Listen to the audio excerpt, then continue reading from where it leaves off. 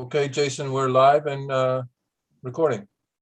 Very good. Thank you, Fred. Good evening. My name is Jason Perot, Chairman, and I call to order this Tuesday, September 14th, 2021 meeting of the Northborough Groundwater Advisory Committee.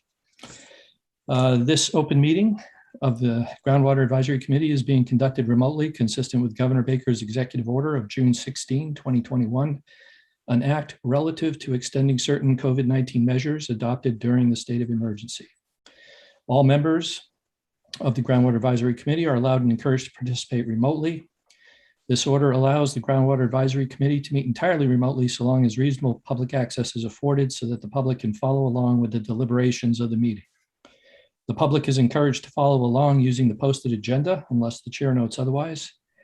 Members of the public who wish to view the live stream of this meeting may do so by going to the Northborough Remote Meetings section on YouTube. You can access that either through the town website or by the link that's posted at the top of our agenda.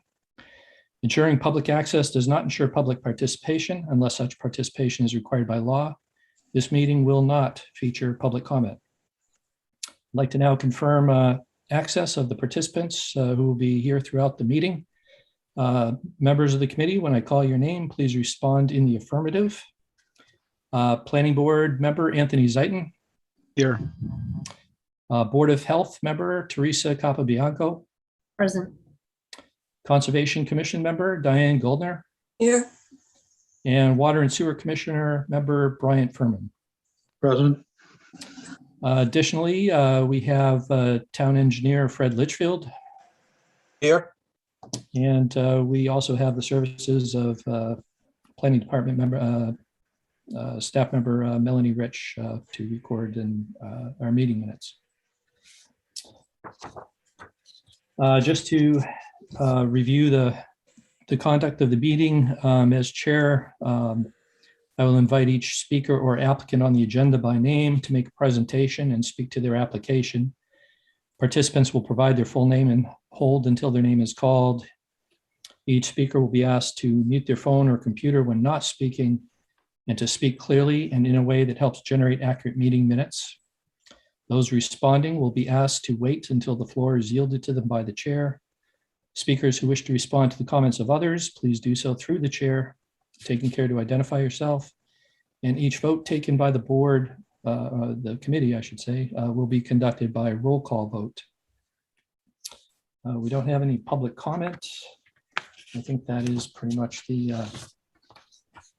entirety of the remote meeting procedure. Just first off, I'd like to welcome Planning Board member Anthony Ziton to the Groundwater Advisory Committee. The Planning Board recently, at one of their meetings, reassigned members among the different liaisons or participants they have, and Anthony is now our Planning Board member. So welcome, Anthony. Thanks. Happy to be here. With that, we can begin with the first agenda item, which is to consider the petition of David and Christina Mofford for a variance for installation of an in-ground pool on the property located at 313 Brigham Street, map 93, parcel 29, in the residential C zoning district and groundwater overlay district area 1. Applicant Christina and David Mofford representing themselves. Hello, we can see you. If you'd like to unmute, please. Mr. Chair, before you start. Yes, Teresa. I'm going to recuse myself from this hearing. Very well, that's right. Yep. So I don't know, I haven't done this, so I don't know, do I just take myself off screen and mute, or what should I be doing at this point? It's up to you. You can stay and watch. You can offer comments as a resident if you choose to. You just can't vote at the end when they decide to vote their recommendation. That's my understanding of the rules. Okay. My recommendation, Teresa, would be to maybe mute your video.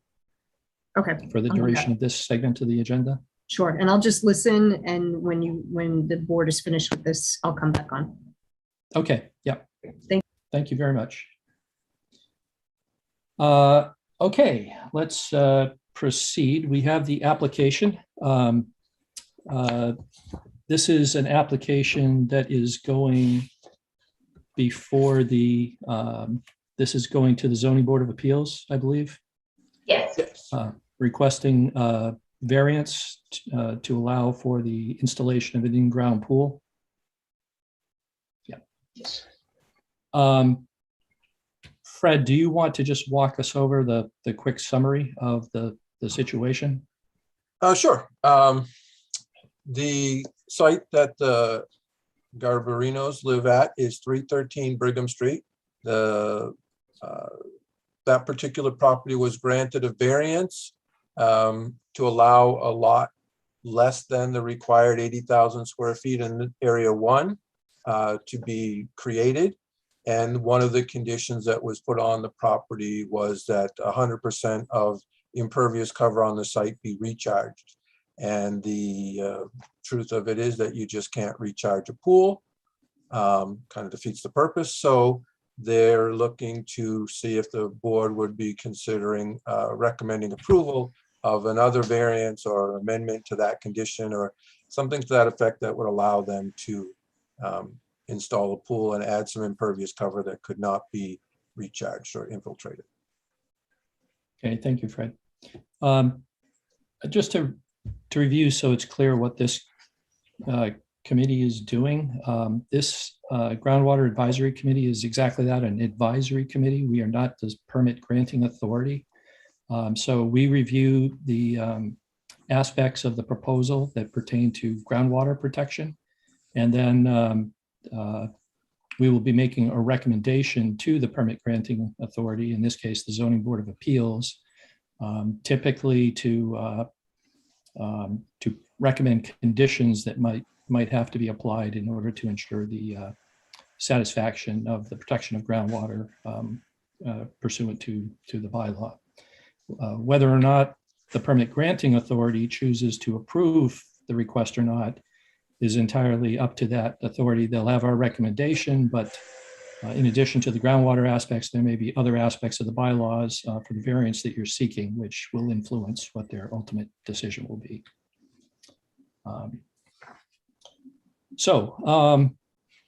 We have the application in front of us. We have the narrative that describes some of the history in the partitioning of the lot to create the lot that you are on. And my understanding is that your lot is approximately 56,000 square feet, where typically the minimum lot in this groundwater district would be 80,000 square feet.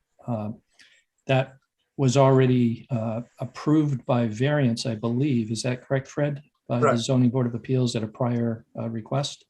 Yes. So there are probably a few questions. Well, actually, Fred, perhaps what you could do next is kind of walk us through your memo that reviews some of the aspects of this and some of the observations that you have with respect to the technical details of this proposal. Sure, I'd be happy to walk through the memo. I did send it to the Gabarinos. I do believe that they've received it. They acknowledged that. I did review the application. The lot, as you indicated, is 53,567 square feet rather than the minimum of 80,000 in the zone, which was created through the use of a variance. The parcel was originally denied a variance to subdivide a larger lot into two smaller in ZBA case number 1608, as the lot did not exist prior to the adoption of the zoning bylaw. The person who owned the property broke it into two lots, one of which didn't meet the 80,000, and he asked for a variance at that time and he was denied. He then went back and did some research and came back with bringing to our attention that there was a state statute that allowed a lot to be created that was, I believe it was, if there was a structure on there that was 100 years old, then they were entitled to create a lot, even if it didn't meet zoning because of the length of the time the structure had been there, or the two structures. So the applicant did put the two lots back together, create one conforming lot and one non-conforming lot, that being this property here, 313 Brigham Street, with the 56,000 square foot area, and he was granted a variance under that statute. Currently, the applicant is proposing a pool with a patio, an accessory structure, and a pavilion without installing a roof over the pool, which kind of defeats the purpose of having a pool. There's no way to recharge the area directly above the pool.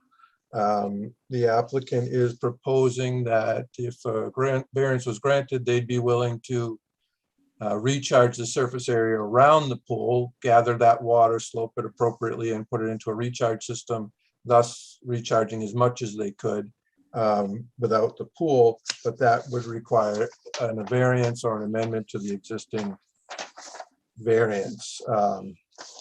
My memo, I indicated that in the event that the variance is recommended for approval by the committee, I would recommend a minimum that all impervious area around the pool be required to recharge, and a plan be prepared by a professional engineer with the appropriate recharge calculations as was done in the past. I'd also recommend an as-built plan that we could then have to verify everything was done in accordance with whatever plan ultimately gets approved. And then I'd also recommend that they condition that all impervious cover on the lot be recharged or remain, so that any future impervious cover would also be recharged in another shed or a tennis court or whatever it is that they might want to do. But if they wanted to put in a second pool, we would run into a problem. So as you know, variances are not given lightly, and they are do set a precedent. So it's something that you need to consider very carefully before recommending. Ultimately, the ZBA, as you indicated, will be the ones making the decision. But there's not too much more in the application other than, you know, a lot of background information, the maps, information that you all have or have had before this. But I think it'd be a good time for the applicants to present their case, and maybe we have a fruitful discussion at this point. Very good. Thank you, Fred. Appreciate that. And so the applicant, would you like to speak and present your proposal? Yes, thank you. If you don't mind, I did prepare like a full statement, and some of it is going to be repeating what Fred so eloquently already said, but it's actually helpful for me to just read through it rather than try to tease out what makes sense at this point. Sure, that's fine. Okay, thank you. If possible, after the meeting, perhaps you could, is it really entirely within the submission that we already have in hand, or is this a separate statement? It's largely related, but there are, I can't remember, to be honest. I mean, I think I added some stuff, took out others. Right. Perhaps for part of the record, if you could submit a copy after the meeting, that would be helpful. Thank you. Of course. Okay. Yep. Okay, I will start by introducing myself and my family. My name is Christy Mofford. I work as a psychiatric nurse practitioner at a group practice located in the Metro West community. My husband, Dave, is a scientist and works at a local biotech company. We have 2 children, Cameron, who is 6, and Kaylee, who is 4. We are here to apply for a zoning variance to install an in-ground swimming pool on the property of 313 Brigham Street, which we purchased as new construction in 2019. Our lot is around 56,000 square feet in size and located in Zone Residential C of Northborough's GIS zoning map. It is also in Area 1 of the Groundwater Protection Overlay District. This is the most restrictive area due to its proximity to one of the town's wells. There are 4 separate sections of Area 1 across town, but our segment is the largest and includes the most residential properties. For a visual, please see page 14 of your handout. In Area 1, the size of any residential property created after 1986, when the overlay district was established, must be a minimum of, quote, 80,000 square feet in area, such that the increase in post-development net runoff volume shall not exceed existing conditions by more than 15%. Properties in Zone RC that are not in the Groundwater Protection Overlay District have only a minimum lot requirement of 20,000 square feet without the need for recharge. In 2016, the lot at 313 Brigham Street was created through a ZBA variance, which divided a larger existing property into 2 smaller lots. Our lot at 313, which is just over 56,000 square feet, and our neighbors, the Patel's lot at 307, which is exactly 80,000 square feet.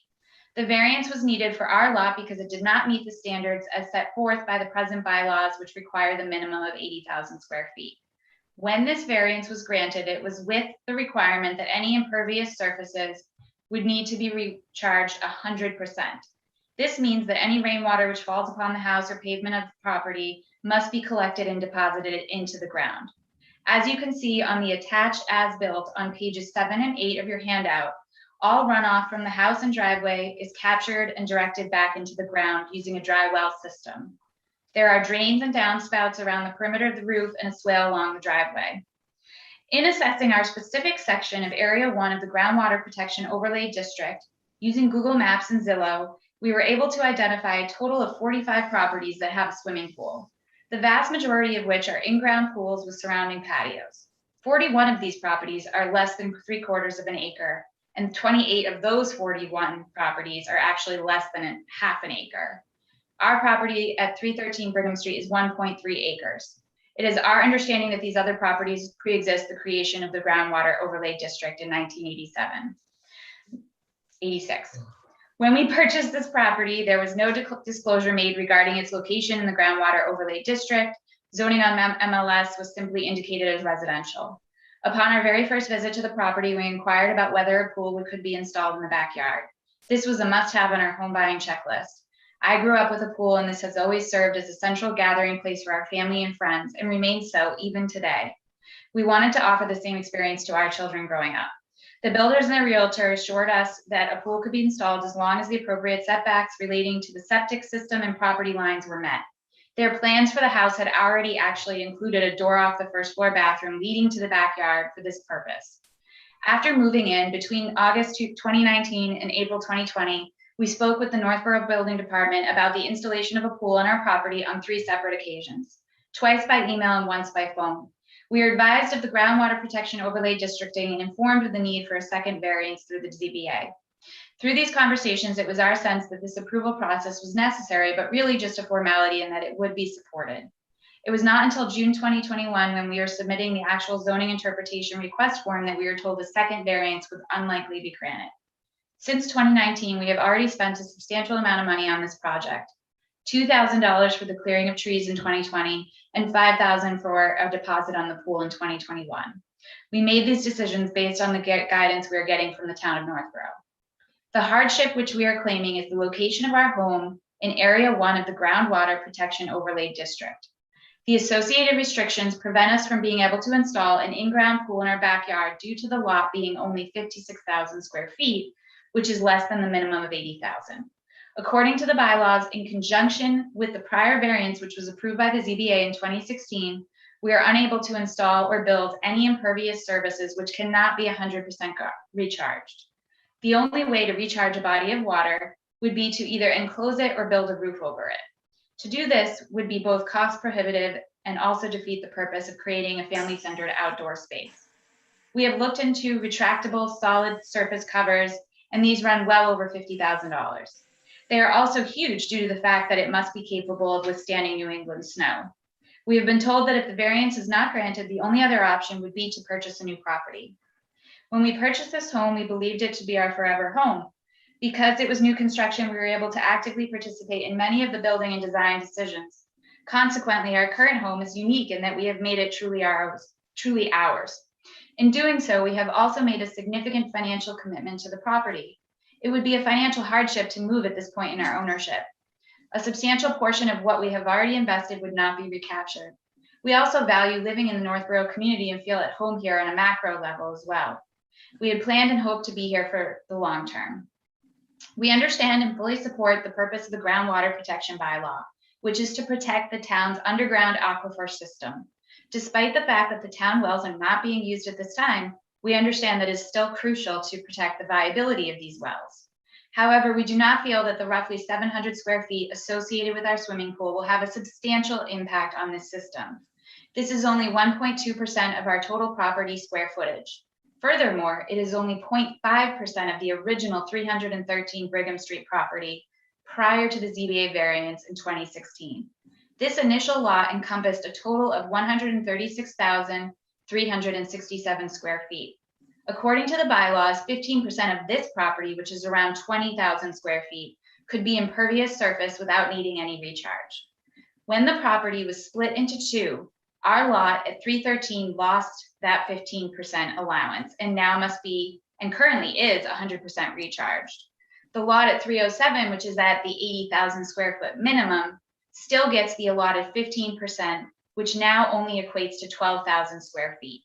Combining their 12,000 square feet with our 700 square foot pool totals 12,700 square feet, which is roughly 9% of the original lot's total surface. This is well below the previous allowance of about 20,000 square feet. If the purpose of the groundwater protection overlay districting is to prevent any increase in impervious surface, beyond that which existed prior to 1986, it is important to note this fact, that even with our swimming pool, the resulting impervious surface is actually a much lower square footage than what was possible before the 2016 ZBA variance when the original lot was divided. We want to highlight that we are residents of Northborough and are requesting relief so that we can pursue a project that will benefit our family and home life. We are not a business entity or investor seeking adjustment for any form of financial gain. In fact, some would say swimming pool is a disadvantage when it comes to real estate. We understand that this is a second variance for this property, but the intentions associated with this variance are quite different from those which motivated the original appeal. Our builder used the initial variance to complete a project that provided him with financial gain. Furthermore, we have no plans or desire to build any additions to our home or do anything that would increase the existing septic system. We do have a well on our property, but we use this solely for the purpose of irrigating our lawn. We use town water for our home. We have consulted with Cornerstone Engineering in town. They provided the as-built for our building, for our builder in 2019, and would be able to do the same for this proposal once we receive a variance and permit. We are fully committed to supporting the bylaws and abiding by the 100% recharge of all other impervious surfaces related to this project, such as the patio, a shed, and pavilion. But we cannot realistically do so with a body of water. Lastly, we want to draw your attention to the letters of support we have gotten from 3 of our neighbors. These include 307 and 305 Brigham Street, as well as 102 Sunset Drive. These 3 homes either directly abut our property or will be able to see the proposed pool from their home or yard. I believe Fred has those. In closing, we ask that you voice any specific questions or concerns that you may have regarding this proposal so that we can have the opportunity to address them here and now. We thank you in advance for your thoughtful consideration of our request for variance. Thank you very much. Appreciate that. I did have a couple of questions that I wanted to clarify. With regard to, did I understand this correctly? The original lot before it was subdivided exceeded 100,000 square feet, and 136.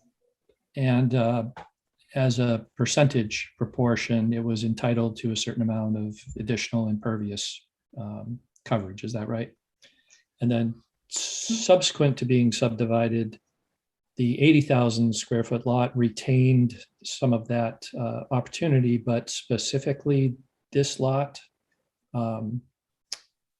was prohibited. Is that correct? Or my understanding, right? So when the original large lot, so my understanding of all existing lots in this area, 15% of the lots, even those that I mentioned, all the ones that have swimming pools but are like 20,000 square feet, they all, as I understand, get 15% of their property is able to use for impervious surface, or I should say 15% of their property post 1986, I guess, or something.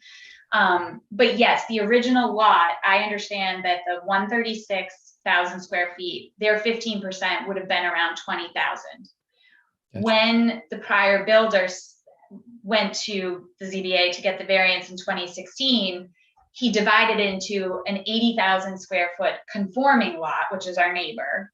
So they meet that minimum requirement for new properties post 1986. And so they get 15% of the 80,000 to use for like a house, without having to recharge it. Now our property, because it was 56,000 under the 80,000, that needed a variance, and the variance was granted, and the Groundwater Committee recommended certain criteria, and the most important, which was that 100% needed to be recharged. And so the reason I think this is important is because that 15% of the larger property shrunk to only the 80,000 square feet, if that makes sense.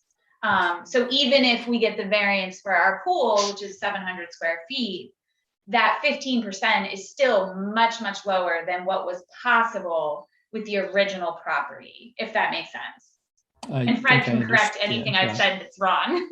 There's just one more clarification I want to make with respect to what you just said. You mentioned like 700 square feet for the pool, but is that literally the pool basin? The pool, so 700 square feet would just be for the body of water, and then the larger project, I mean, we don't know, but we think it's going to be between 2,500 and 3,000 square feet. Okay, that's one thing I wanted to clarify is the total addition of impervious, if I understand that correctly, would be yes, you are correct in that 2,500 to 3,000 estimated. But the difference is that we would like recharge, like you can get pavers and things or slope and other dry wells, that we could install for the patio and the other impervious surface. Okay.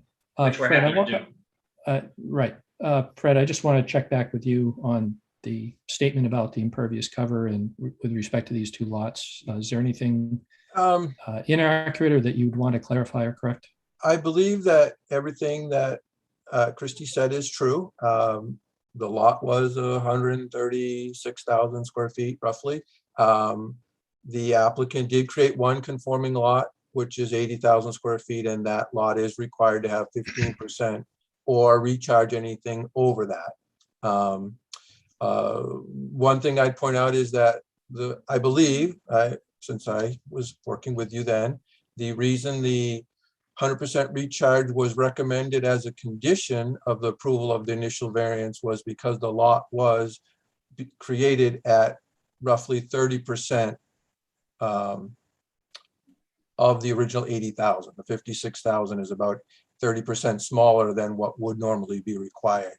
So that offset in area was recommended to be offset by, having 100% recharge required so that we would be able to maintain that. The other point I'd like to mention is that it is confusing and a lot of people require some extra tutelage on the calculation on the impervious cover for lots that were created prior to 1986. It requires a little bit of work because any impervious cover that was existing prior to the adoption of the bylaw is what we used to call, we're not allowed to call it anymore, is grandfathered. It's exempt from the calculation. So first somebody has to do some research and determine approximately how much impervious cover was there prior to the adoption in 1986, and then subtract that from whatever the lot is, and then 15% is applied to that remainder. So many of those properties that you looked at with pools could have been created prior to. The pools could have been installed before 86. They could have come after. There's a whole myriad of situations that could occur that would allow them to go forward, some of which includes the fact that some people do put in swimming pools without getting permits, and we don't always catch everyone. So it's hard to compare them, but everything that she said mathematically does appear to be correct. It does make sense to me. The numbers that she presented do make sense. So I don't know what else. Just to clarify, Fred, it is true that even though when you look at the pre-existing, the 15% is now actually less than what it was before the separation of the properties. That's because any impervious cover that existed prior to 86 is no longer exempted, because under the state law, once you change property lines you lose any grandfathered protection that you had prior to the adoption of the bylaw. So once you Right, changed the right. property lines, then it went back to 15 on the 80 and 100 on your case, 100% on yours, because the variance allowed the lot to be less than the 80,000. Right, and I get that part. I just want to make sure the rest of the committee understands that, that again, that 15% of what was possible to be Correct. impervious surface Yes. has shrunk since it was split into two, because now it's only 15% of Yes. 80,000 square feet instead of 136. But the reason that occurs is because at the time it was subdivided, the smaller lot was specified as a condition to require 100%. Right, I'm not disagreeing with that. I'm just trying to draw attention to the Sure. fact that us putting a pool in is like the fact that we exist, like the two properties, and in terms of protecting the impervious surface, it's actually less impervious surface allowable with the two lots than the big lot. It's equally important to note that without that variance, 313 Brigham Street would not be available to you to purchase as a separate lot. I couldn't agree more, yeah. Right. And one addition I just wanted to make about, bringing up the 41 pools was more so, I totally fully suspect that those existed, I understand why they exist. I just think it, as a resident, someone who's purchasing a home, you're looking and just comparing, you're living in this community and, it's requesting a pool is not unlike what all of our neighbors, a large portion of our neighbors have had. The only one more thing, Jason, the only other Sure. thing I'd point out is, and it's unfortunate that the realtor and the builder didn't explain to you what created your lot, what variance was necessary. And I can't explain it other than you want to make a sale, you got to tell them, I guess, most of the truth. But in your deed that you presented as part of the package is a note in there that it's subject to the conditions of a variance granted by the Zoning Board of Appeals. So somewhere along the way, someone should have reviewed your deed with you or for you and explained that there were conditions that could potentially impact the installation of a swimming pool. And it's unfortunate that didn't happen, and I'm sorry in your case that it did, and it led to all of this. But as I stated earlier, variances are not a formality. This committee and the ZBA take them very seriously because they do set precedents for other people coming forward after you, who then try to assimilate what you're doing and what you get granted, if you do, to what they want to do. And then it's harder and harder to say no later on. So I leave it to the board, the committee, to deliberate. I've presented the facts. I will answer any more questions I can to the committee, but. Right, so for purpose of just, I guess, framing the board's discussion, as you said, there was mention made of representations by the builder and the real estate agent. Those considerations really aren't material for this committee. It may be relevant to the ZBA, but I don't, in their judgment. Similarly, we don't have any details about the representations that town staff might have made along this line also. And again, I don't think that's a consideration that this committee will take into account. The focus of this committee will, and third, the legacy aspect as far as which properties currently have pools or don't have pools. Again, I don't know that that's going to be a material consideration by this committee. Again, it may be something that the ZBA would entertain in making their decision. By prior discussion and agreement of members of this committee, with the exception of Anthony, who wasn't sitting on this committee at that time, this committee chooses to focus on essentially the technical aspects of the proposal and groundwater protection. And for the most part, I think our consideration will be confined to those elements for this specific proposal. I do want to check in with the other board members for their agreement or disagreement with that, but that's been the prior action or the prior conduct over roughly the last year or so. Anthony, would you like to? Sure. So first of all, I'm so sorry that you all were misled. in purchasing your dream house. It's really unfortunate, and unfortunately, you're not the first people this has happened to. You know, when buying a house, and this isn't a scolding to you at all, it just happens to a lot of people. They don't realize you have to be a zoning expert to figure out exactly everything you want to do down the road, or what's next to you, or what somebody can build next to you, and all sorts of things that you just don't normally think of. And this is the case that's happened to you. And I do agree with you, Jason, that this is a technical review, and variances should be looked at extremely closely. And they are strict. And I also think it's very important for us to keep an eye on our groundwater and protect it for future use if need be for the wells. So in this case, I think it's really unfortunate you guys are misled, but I think our hands are, at least mine, are pretty tied. Thank you, Anthony. I guess one thing, is it okay? Excuse me, could it please, I would like to, and I'm not asking for each board member to render a final judgment at this point. There may be aspects or questions or things that they have, but I do want to check in with each of them just to give them an opportunity to comment. Bryant, do you have any observations or considerations at this point? No, I reviewed all the material and town engineers review, and I don't have anything to add that's hasn't already been said. Okay, thank you, Brian. And Diane, would you like an opportunity to comment at this point? I have a question, a couple questions. Mhm. Is the driveway impervious, or are they doing something different with the driveway, like stone, or leaving it natural or something? Would that count if they had done something like that? And then can their pool size, would it make a difference if their pool size is reduced at all? Or is that just fairy tale thinking for me? I can answer the first question if you like, Jason. Yes, please. Because Fred. the condition in the ZBA decision required 100% impervious cover to be recharged, the driveway was pitched to a swale that goes into a recharge area. There's a bit of a water quality thing before the water goes back into the ground. So the driveway is already being recharged. Okay.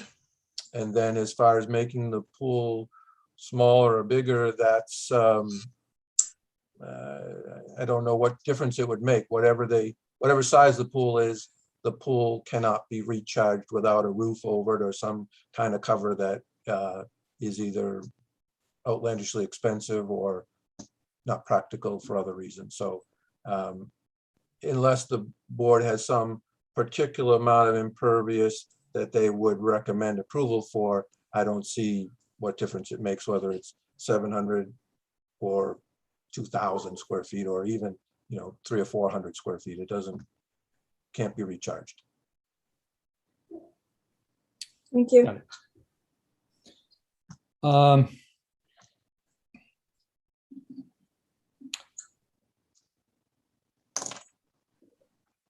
Are there, I'm trying to think. Well, let me once again poll the board. I'm sorry, let me go to the applicant. Is there any other information not yet presented that you would like to offer? Well, I appreciate your, what you had said about reorienting what is the purpose of the groundwater committee and like what you guys are thinking about whether you would support it or not. I guess what I would ask is for feedback about the primary point around the fact that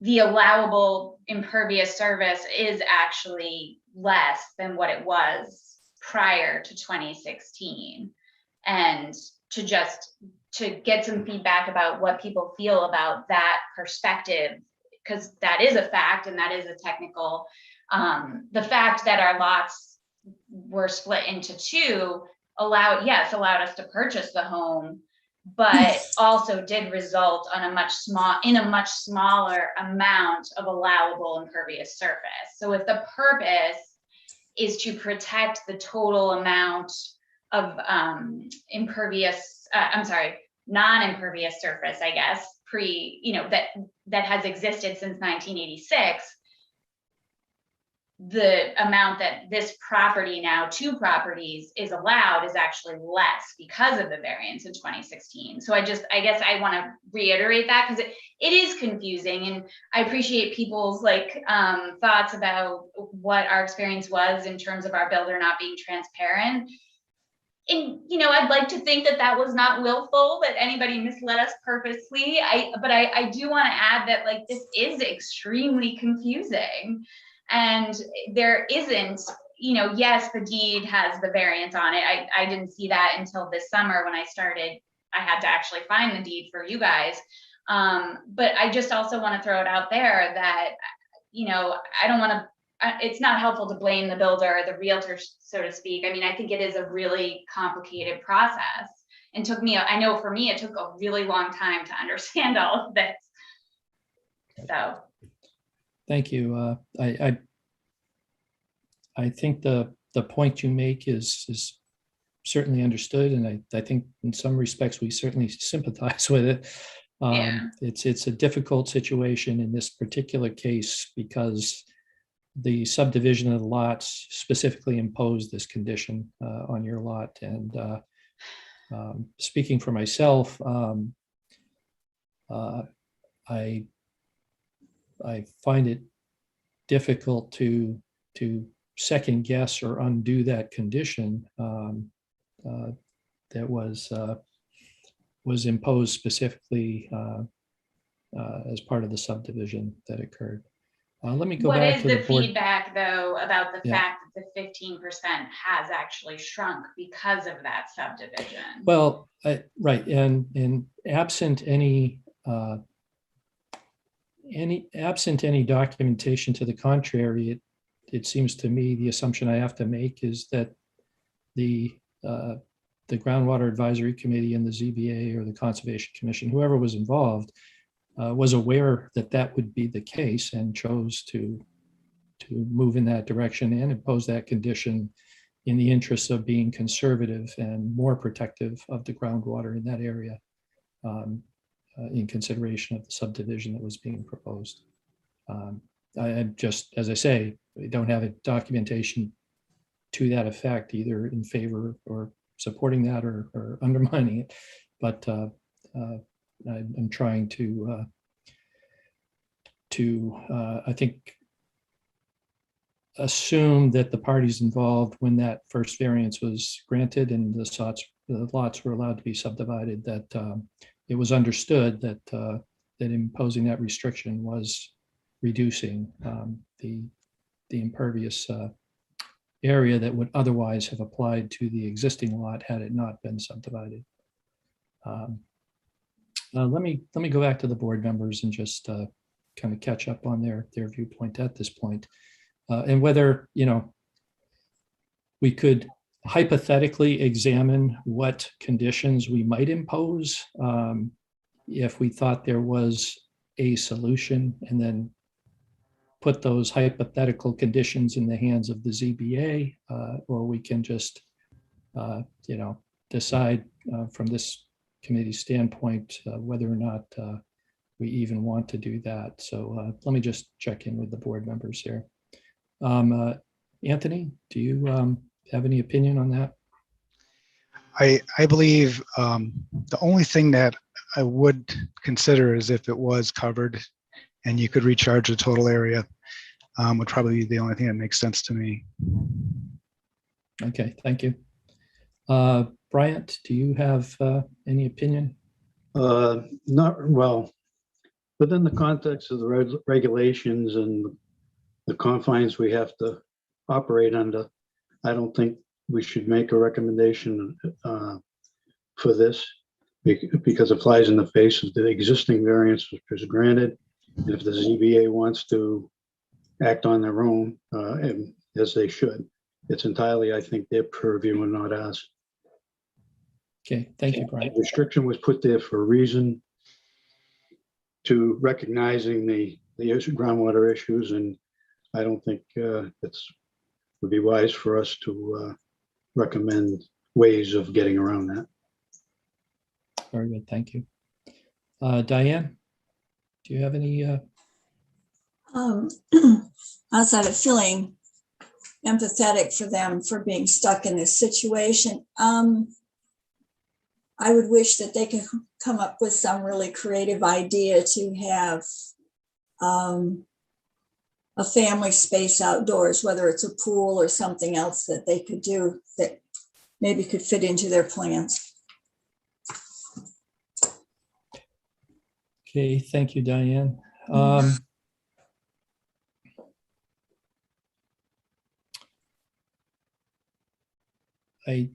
Fred, is there, from an engineering aspect, are there any considerations about how the recharge would be accomplished? Or is it simply the case that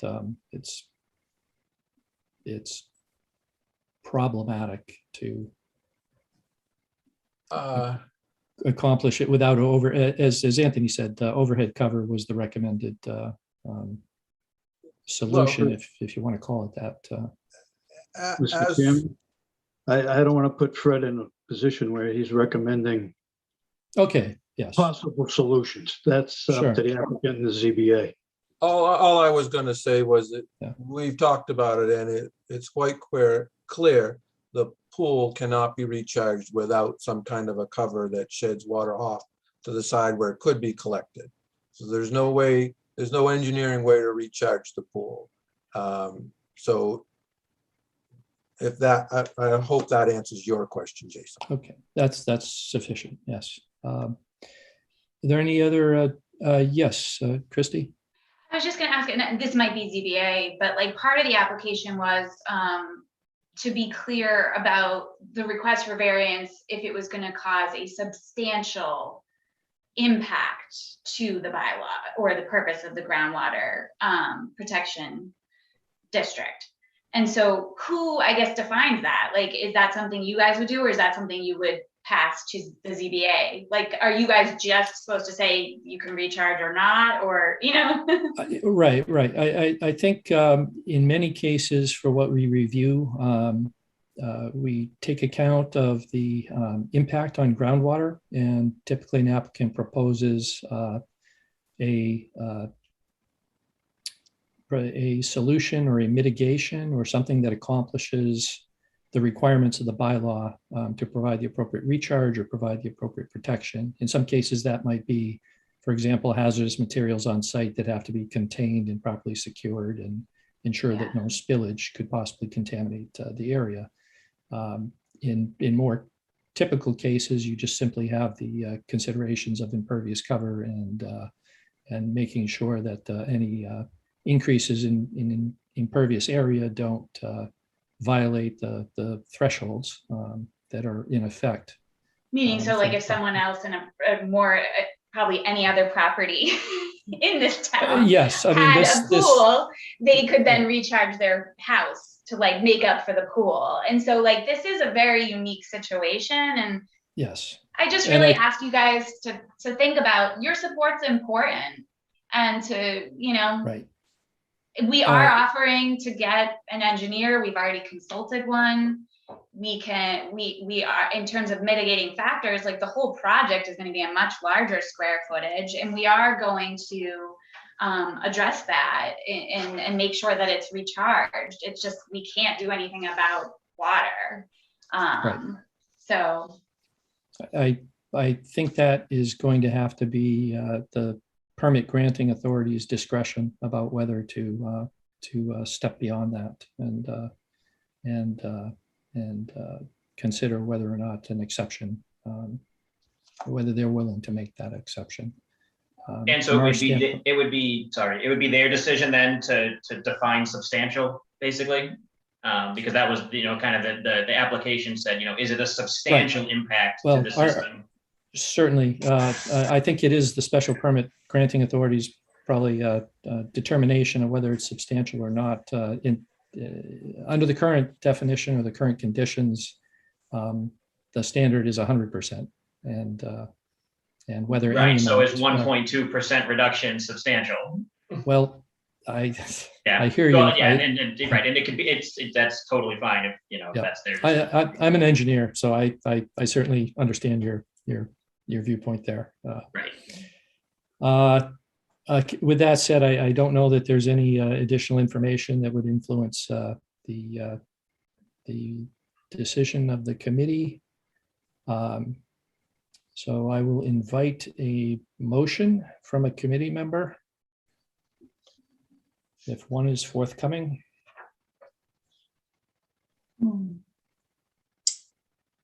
Anthony, could I prevail upon you? I'm sorry, you're muted, Anthony.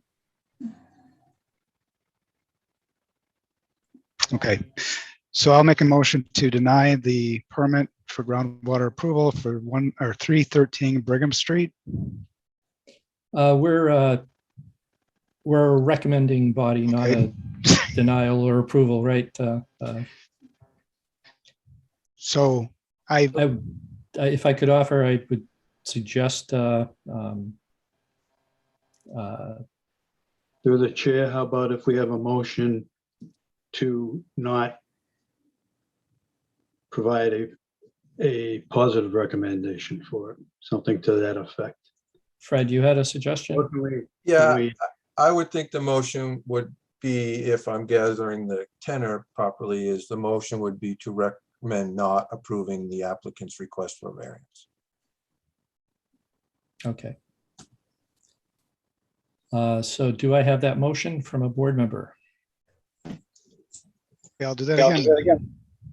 I make a recommendation, or I recommend, what do I have to already messed it up? I apologize. So used to doing it the other way. I'm not, help me out, Fred, sorry. Make a motion to not recommend approval. I make a motion to not recommend approval for 313 Brigham Street, groundwater approval. And do I have a second? Second, I have a motion by Anthony Ziton, and I first heard a second from Bryant Furman. This is a roll call vote. Diane Goldner, Yes. Bryant Furman, yes, Anthony Ziton, Yes. and I, Jason Perot, also vote yes in support of the offered motion. So that is the communication that will go back from this committee to the Zoning Board of Appeals. Folks, I think all of us on this board are sympathetic and not really feeling great about having to come to this conclusion, but I think within the parameters of what we consider and the existing variance with its conditions, I don't think we had a lot of latitude here. Very sorry. Thanks for hearing our case. Okay. As mentioned, it still has to go before the Zoning Board of Appeals. So Yeah, the door is not closed, but we appreciate that. Okay.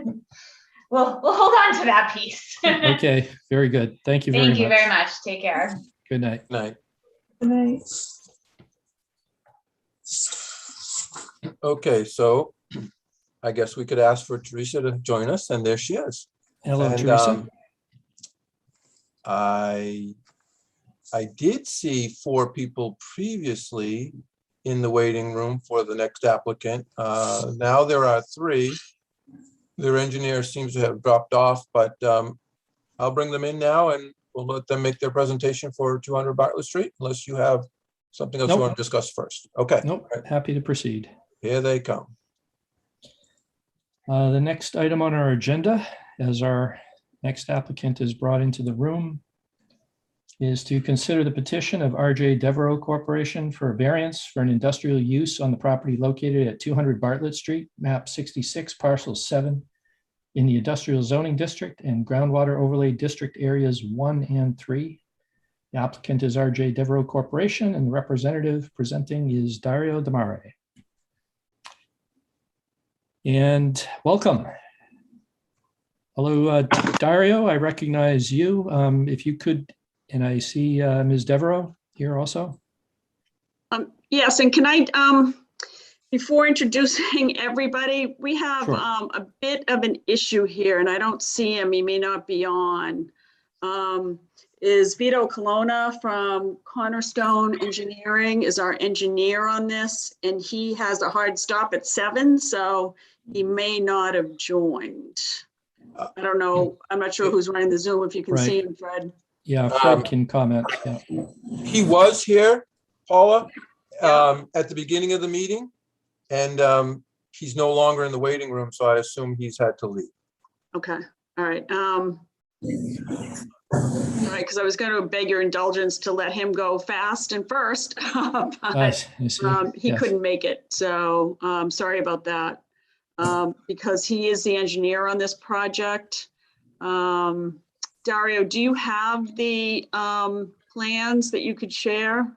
Yes. Okay, great. So Dario, if you want to, well, anyway, my name is Paula Devereaux. I'm an attorney at Pierce Atwood in Boston, and I'm representing RJ Devereaux Corp., which is a family. It's owned by my brother.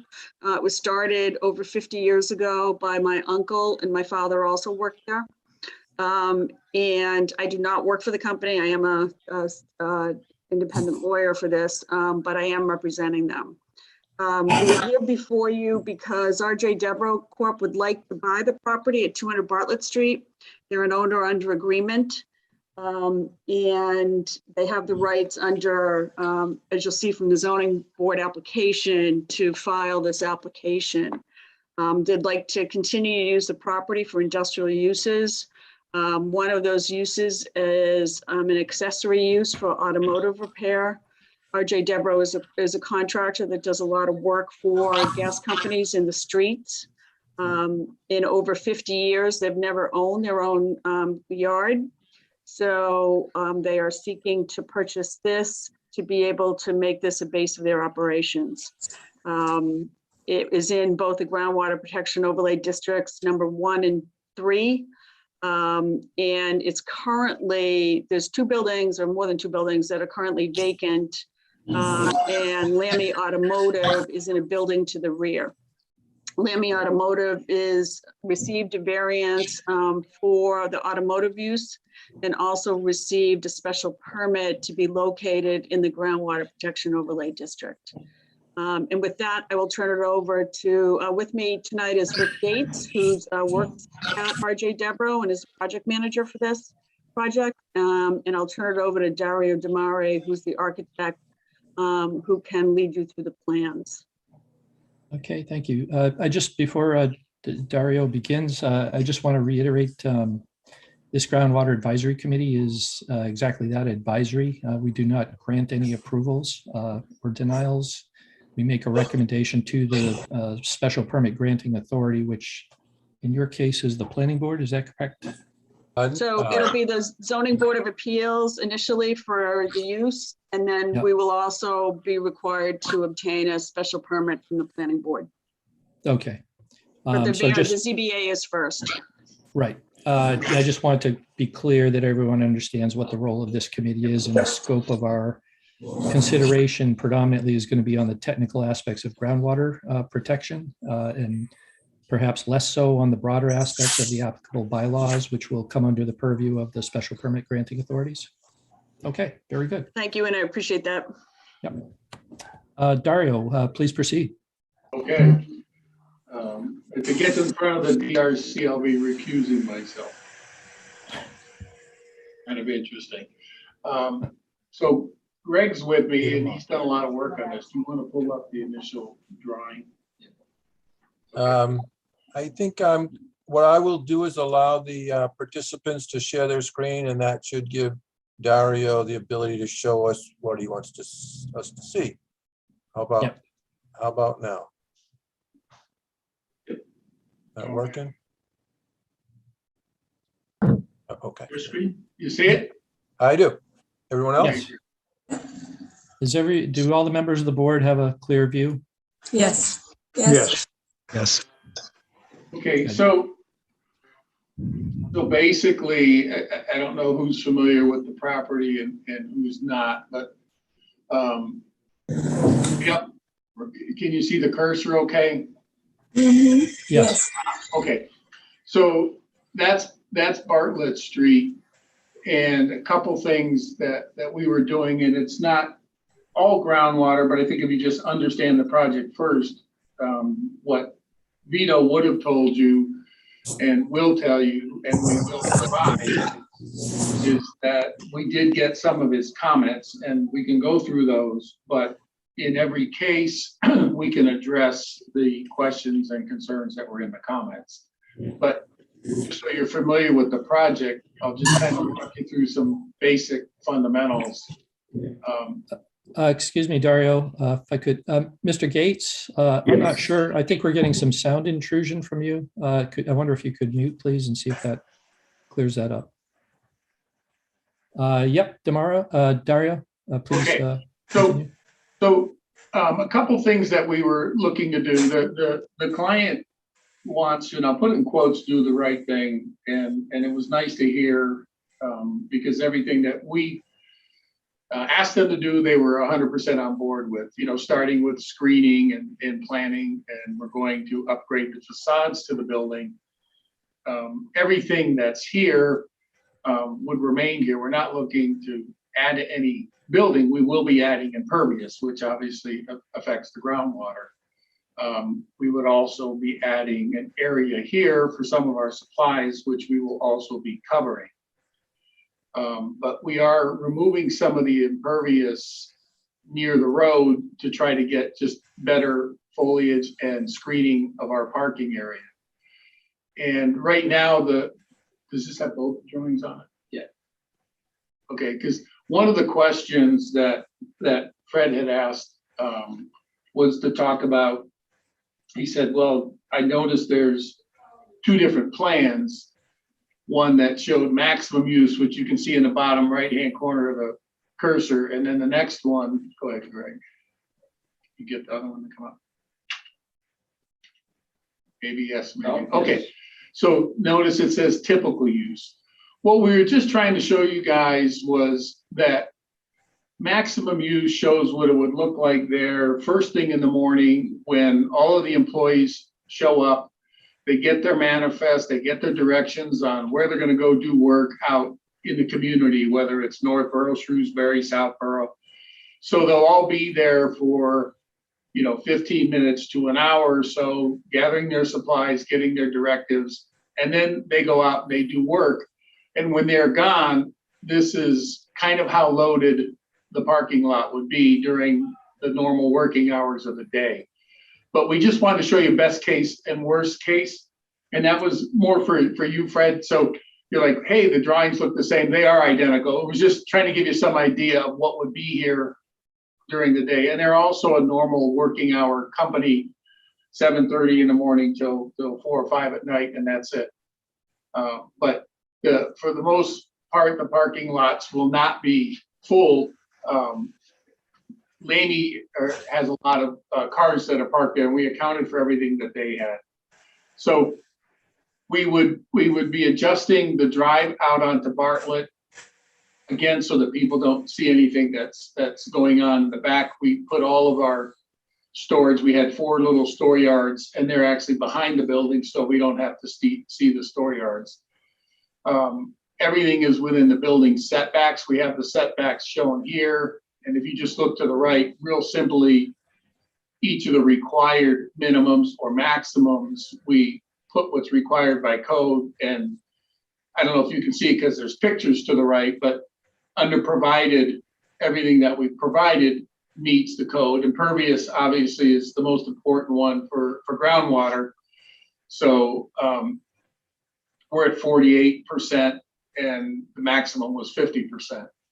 We also, even though, by right, we could build past the no build zone with buildings, we didn't even want to pave into the no build zone and obviously stayed out of the no touch zone with respect to the wetlands. And a lot of this was just trying to do the right thing and keep everything as, I'll call it, green as possible, with the acknowledgement that they need certainly a lot of paving to do what they do for a living.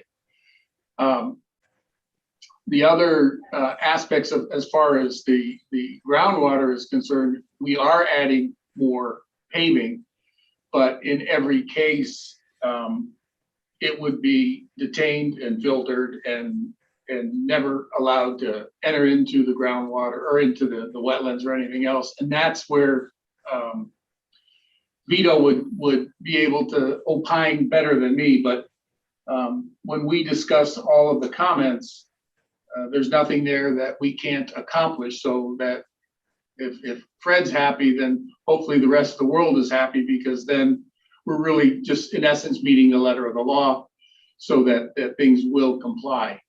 A couple questions came up, and if you want, I can go through the list very quickly and just tell you where we are with things that Fred had said, and it was a good list. And you guys have that list? There were 10 items on the list? Yes, we have a copy of that. Okay, so I'll just go through them real quickly and address it, and hopefully that does address everything. And if you've got more questions, then fire away. And I will not pretend to know if I don't know. Then we'll say, hey, Vito, will get back to us. So the first thing is more of a statement: 6 acres with slightly more than half the property being located in groundwater area 1. And groundwater area 1 on this drawing here is on the left, and on the right, we intentionally put even our store yards there, just to stay out of groundwater level 1. So the only thing we're adding to here is just parking. Some of the buildings on the parcel have been vacant for many years. There does not appear to be adequate drainage systems. A new drainage system in full compliance with all town, state, and state regulations would be an improvement to the site, to the protection of groundwater. We agree, and we're going to do that. We will be renovating the buildings so that they're presentable and usable to Devereaux and presentable to the town, so nobody's ashamed with what's here. So that's going to be done. Honestly, whether you guys asked us to or not, they just want things to be cleaned up and look good. Number 3, the applicants include photos of some storage cabinets. We've now got the specs on the cabinets, and what we'll do is we're going to provide a list that shows the chemicals. Next to the list, it shows what containers they're stored in, as well as the quantities, to show that each chemical that we are using is being stored properly, and we have the appropriate size to store the amount that we're using. So that'll all be put on a single chart. Which, did you do that already? Is it here? Yeah. All right. All right, I'm gonna let Greg, because Greg took all the brains here. I'm the good looking one. And I'm gonna take credit for all his work. But we have a little chart, and this is the chart that will refer to the name of the materials and then what containment system we're using. We will give you the specs on the containment system, and you'll also get the full MSDS sheets on each one of the materials, as well as the quantities.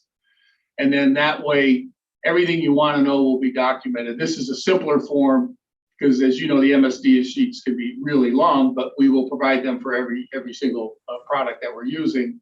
And then you want to flip to the storage locker. So then we'll show you the containers and give you the specs on the containment systems, as well as the quantities. And that goes through several of the questions that Fred had through here. So yes, we'll document everything and make sure they're all code compliant. So list of chemicals, that was number 5. We'll do, it's not clear how the building will be heated. Our intention is to use gas. There's a gas line that comes in, and we can go back to the initial site plan.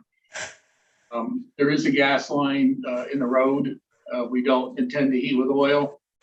So that gas line is right up here in the northwest corner. So we don't have intentions of using oil heat, so we won't be storing any additional oil on the site. Sites will be regraded and repaved to include a berm around the entire limits. Okay, yes, and we'll do that and show that on the topos. The variance narrative indicated the applicant will need to store some construction materials. Yes, we will show you in gray here are the materials, and yes, they will be covered. These roofs slope back to the grass where we can catch, retain, and filter any of the runoff. It's not going directly into the wetlands or any of that area. So we'll show the roofs that complies. Number 9, 9 and 10 really referred to 707-010D. And after talking with at Cornerstone, the answer was yes, we'll do all that stuff and make sure that we comply. And on that, there's not a whole lot more from our end. You can see for the runoff, we've got an infiltration system here that's open. And then another one here below the parking, a contained infiltration system as well, so that we do have a way to drain and filter the water back into the groundwater. Sorry, I'm getting some intrusive noise here. Could people mute if they're not speaking to ensure that don't have any interference? Yeah, I heard Thank it you. too. That's like, Yeah. Would you say? Oh yeah, we'll grab Vito's drawings too. Let me just. These are more cartoons because they're kind of easier to understand than the real engineer's drawings, because then the smart stuff comes out. So this is Vito's drawing, and then the existing conditions. Okay. So it's the existing conditions, and then go ahead to the next one. And this is showing a lot of the water retention and management, where you can see here there's an underground system and another system here with the catch basins and the tobos to slope everything properly so that we don't have any runoff. And the other requirements that you asked for after discussing it with Vito, there didn't seem to be a problem meeting any of those. So the newest drawings would have all that, the things that Fred had asked for provided. And we do appreciate the list, because you guys have this stuff memorized, and it's almost, cheating asking you to tell us what's wrong, because then it's easy to make it right than us spending 400 years trying to read every code. So thank you, Fred, for doing our work for us. Because I think complying with this should not be a problem with, at least what Vito had looked at everything and felt comfortable with it. So that's it if you guys have questions. Thank you. Yes. I will ask board members if they, well, let me first, Fred, any technical clarifications or comments based on that presentation? I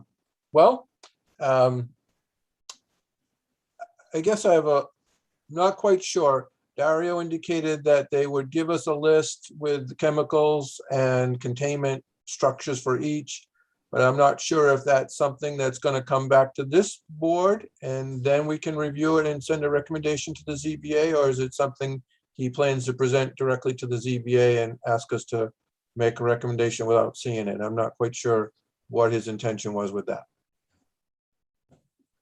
I would hope that you would see it first.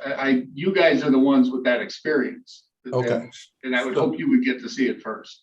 Okay. So my concern in the review memo regarding the chemicals was there was several on there. Some of them were gases, which are not necessarily a concern for the Groundwater Advisory Committee, more so for the fire department, but not for the Groundwater Committee. It says they can't contaminate the groundwater. But my other concern about the list was those that weren't gases was pretty limited to oil. And I didn't know, you're doing maintenance, there's got to be other stuff. There's got to be, I'm thinking there's got to be some brake cleaners and brake fluids and antifreeze and some other things. And those need to be listed as well. So when you said you're going to provide another list, is it just this list with the containment areas, or is it will there be additional chemicals that might be stored on there and part of the overall list? I'm 99% sure there are additional chemicals, but I think, and I'll let Rick speak to this again, because when I don't know, I'm going to say I don't know, but I think they're just in little self-contained, jars or bottles or cans. But Rick, are you here? Rick's still muted. We Yeah, how's that? There you go. First of all, I want to apologize for making noise earlier. Work continues this late at night. Yeah, as far as the chemicals and the materials that we'll have, first of all, what's been represented is that we're going to be servicing automobiles, and primarily we're going to be servicing small engines, lawnmower size engines, and any repairs or maintenance we're going to be doing to vehicles is going to be basically brakes, oil changes, tire changes, that kind of thing. So it's not going to be an extensive list of chemicals or solvents to any degree. Yeah, we'll probably have a little bit of antifreeze and a parts cleaner, but it's really going to be limited. This is not a massive fleet that we're going to be maintaining. Building is primarily for the equipment out in the field, which quite frankly is everything from weed whacker that's got a broom fitted to the end of it to a generator, small generators to plate compactors. They're all single cylinder engines, and 70% of the maintenance we're going to be doing in that building will be pertaining to that, or working on trailers which have no fluid in them. So there's going to be very little when it comes to chemicals. You know, in fact, that storage container probably will be all we're going to need for the chemicals that we're going to have in that building. Okay. I don't know how much you want me to go back and forth with them, Jason. I'm happy to have a dialogue or let the board ask.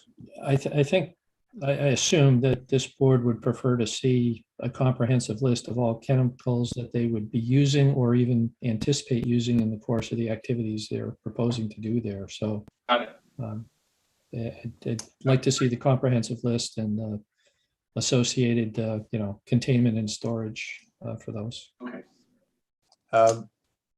Dario, is all the maintenance, or perhaps Rick, you can answer it better, is all the maintenance being done in that maintenance building, and the only activity in the Devereaux office building is the administrative building is just paperwork? There's no chemicals or mechanical operations being performed inside that building? That's correct. That maintenance building is strictly going to be interior. Everything's going to be done within inside that building. That's the reason we're buying it, to finally give my mechanics shelter. Now they basically do a lot of it outside, so they'll be very happy. The administrative building that's located on the GW1, that is going to be for training purposes and for administrative. Hands-on training, and everything inside is dry, no chemicals, nothing along those lines. So there's going to be nothing in that building that will be able to leach into any kind of wetlands or anything along those lines. And when we talk about training, that building, we say it's Office of Administration. There's only going to be 2 or 3 people in there unless they're having a training seminar where they'll be teaching about how do you dig this hole without disrupting that? How do you bury this new pipe so that it doesn't explode in the future? So they're really teaching all their protocols on how to work in the field. So it's actually much more a training center than an office building, but the function is really office function where all the new workers come in and learn how to keep up with the latest that comes.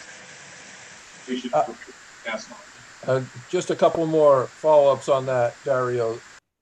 When you have a construction company and you're talking about training, it's important for me anyways to distinguish between classroom activity with paper and pencil or, equipment and how they operate and stuff. And will there be any automotive pieces of equipment inside that building? Because there is at the entrance, there is a ramp there, and there's a dock entrance in the back. So not quite sure what those are for an administrative office building with, classroom and computers and things. Yeah, it's parts and supplies, but I'll let Rick speak to that. Yeah, so the hands-on, the training is going to be hands-on computer training and initial training of employees, new hires. The very back of the building will contain stock for distributing to the crews out in the field.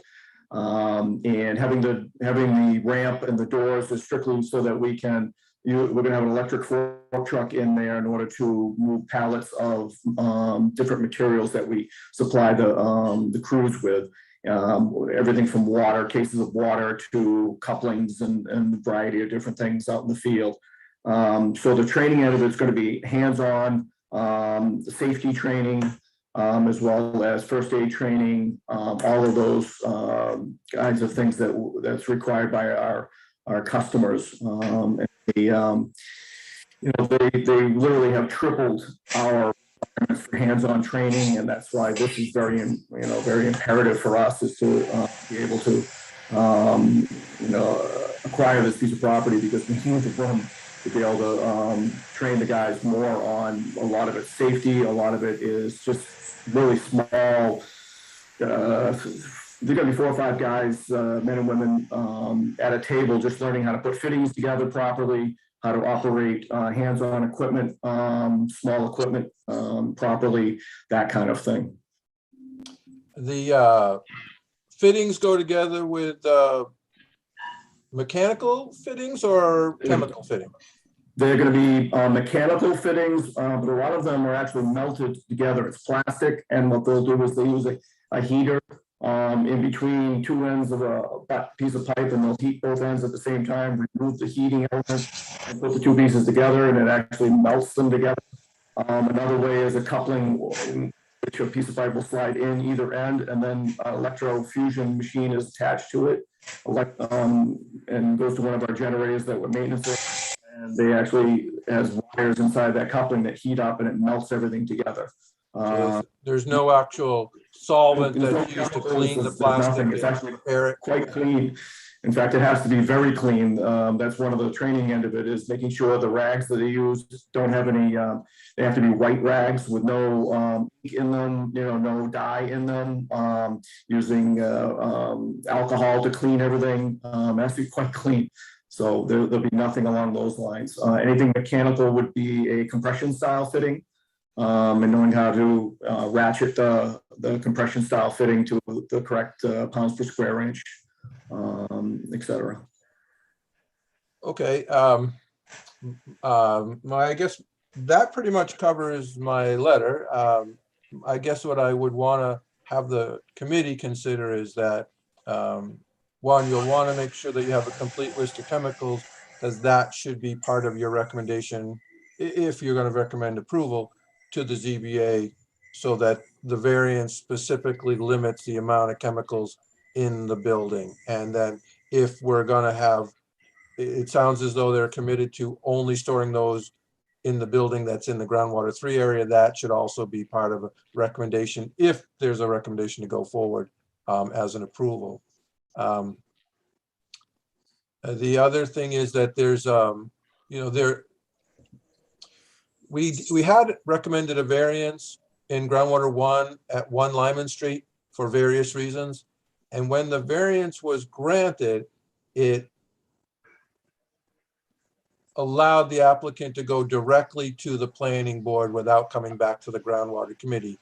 And that's fine, because the site plan was pretty well developed. In this case, it's not. So the committee should consider whether or not they want to have it come back to them for another review prior to going forward with the special permit granting authority, or if you're willing to do what you did at 1 Lyman Street and recommend the variance, and then the applicant is no longer required to, the variance granted them permission to do what they wanted in groundwater 1, with no conditions of returning for review or having anything else addressed other than having the site plan meet the requirements that are outlined in the groundwater protection portion of the bylaw. So it's something that I guess I would like some clarification from the committee, if in fact, when you're ready to vote.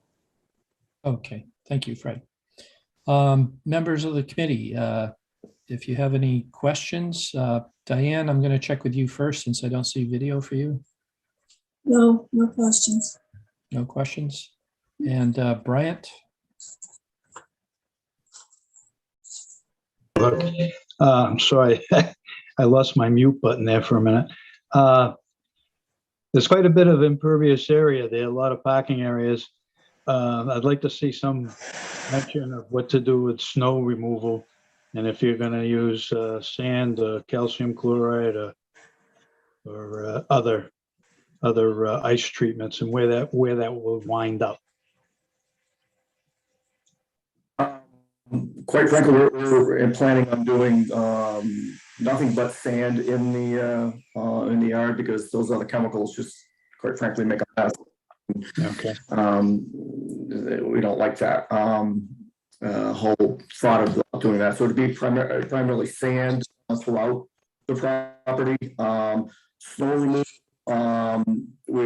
Dario can kind of point out some of the areas we're piling the snow, and where we can put it. And yeah, we'll be clearing out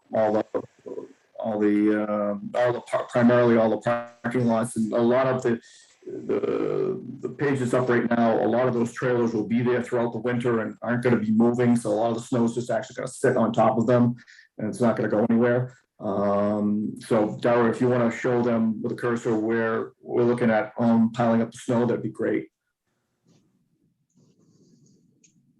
Okay, and I know Vito went through this, but we've got some big areas here. If you assume these parking spaces are 10 feet, this is probably 40, 50 foot deep here. We've got islands kind of throughout for snow, and here as well, and all along the sides. So most of it will wind up in that infiltration basin? No, not in the basin. No, we can't even get back to the basin. It ends up here on the corner. Yeah. Where the cursor is. Okay, that was my concern, that all the sand would wind up in the infiltration basin. Oh, no, that's all blocked by our containers. Okay. Yeah, so just water goes there, but we would have a lot here. We would put some on the side here and up in the front, but not here. We've got it kind of blocked actually, and we would plow in front of these sideways, but not through them. Okay. We can show the snow removal areas as well, just with dotted lines and say snow removal, so you see where it's going. It would be helpful to have, a map or something that kind of identifies those. Yeah. I was going to ask Fred, should we have an O&M, short O&M report for snow and ice removal? Well, just given the size of the area. Eventually, I think you will want one of those. I think what's important to keep in mind is that this application is for variance. So what the committee needs to do is be comfortable with the use that's being proposed in the groundwater 1 and the groundwater 3 area. Make sure that you have sufficient details to feel comfortable recommending approval. And if not, then you recommend not to approve, as was previously done. But we need to get the committee comfortable with what the proposed use is and the impacts it has on the groundwater specifically, so that you could then feel comfortable enough to recommend approval. A lot of the details that I have a lot of questions and a lot of comments that I would make, but I'm saving them for the site plan review that I will do if in fact the variance is granted. So what the most important thing is the list of chemicals and where they're going to be, and then groundwater 1, groundwater 3, which building. The snow storage areas are something that would be required, when conservation does a review, when I do a review for site plan, if there is one. All of that is kind of the next step if the variance is granted. If not, it's kind of moot. And the O&M plan would come at that time when the stormwater plan is. I will have some comments if the variance is recommended for approval and the ZBA grants it. I will have many comments on the site plan that I would be looking for. Specifically, I would like to see the entire perimeter of the parking lot with a berm around it so that it's all captured and that none of it is washing off the pavement onto a grassed area that could get into the basin or into the wetland without going through a water quality separator. I didn't necessarily see water quality separators, although I think when Vito prepared his plan, it was not intended to be a site plan. It was more a general interpretation of what he saw for drainage being added and things that would come later on. So again, the basic point we need to get to tonight or before you can make your recommendation to the ZBA is a comfort level that the committee is at with the use. And because it's a variance, we need to have conditions for recommending approval if that's what you choose to do. That help? So you had the cart before the horse. Can I It's an just, important horse, though. can I follow up on what Fred said to, with respect to coming back to this board before a site plan review with the planning board? We're not asking really to sort of be exempt from that. And I think that many of the questions on, operations and snow removal are things that will be added to the plan once, we hopefully get the variance, because we know that those matters are, will be looked at very carefully by the planning board, and would be, we would welcome coming back to this group prior to us going to the planning board for site plan review, just to run through those types of issues that might arise during site plan review and for the special permit for that. Okay, thank you. I'll go next to Teresa Capobianco. Thank you. And, overall, I think that this plan looks like an improvement on what's there in terms of a groundwater situation. So thank you for undertaking the project. I do have a couple of questions. Is there I know that there was just a discussion about an O&M for snow removal and sanding, but is there an O&M proposed for the infiltration systems that actually will result in those waters going into the groundwater?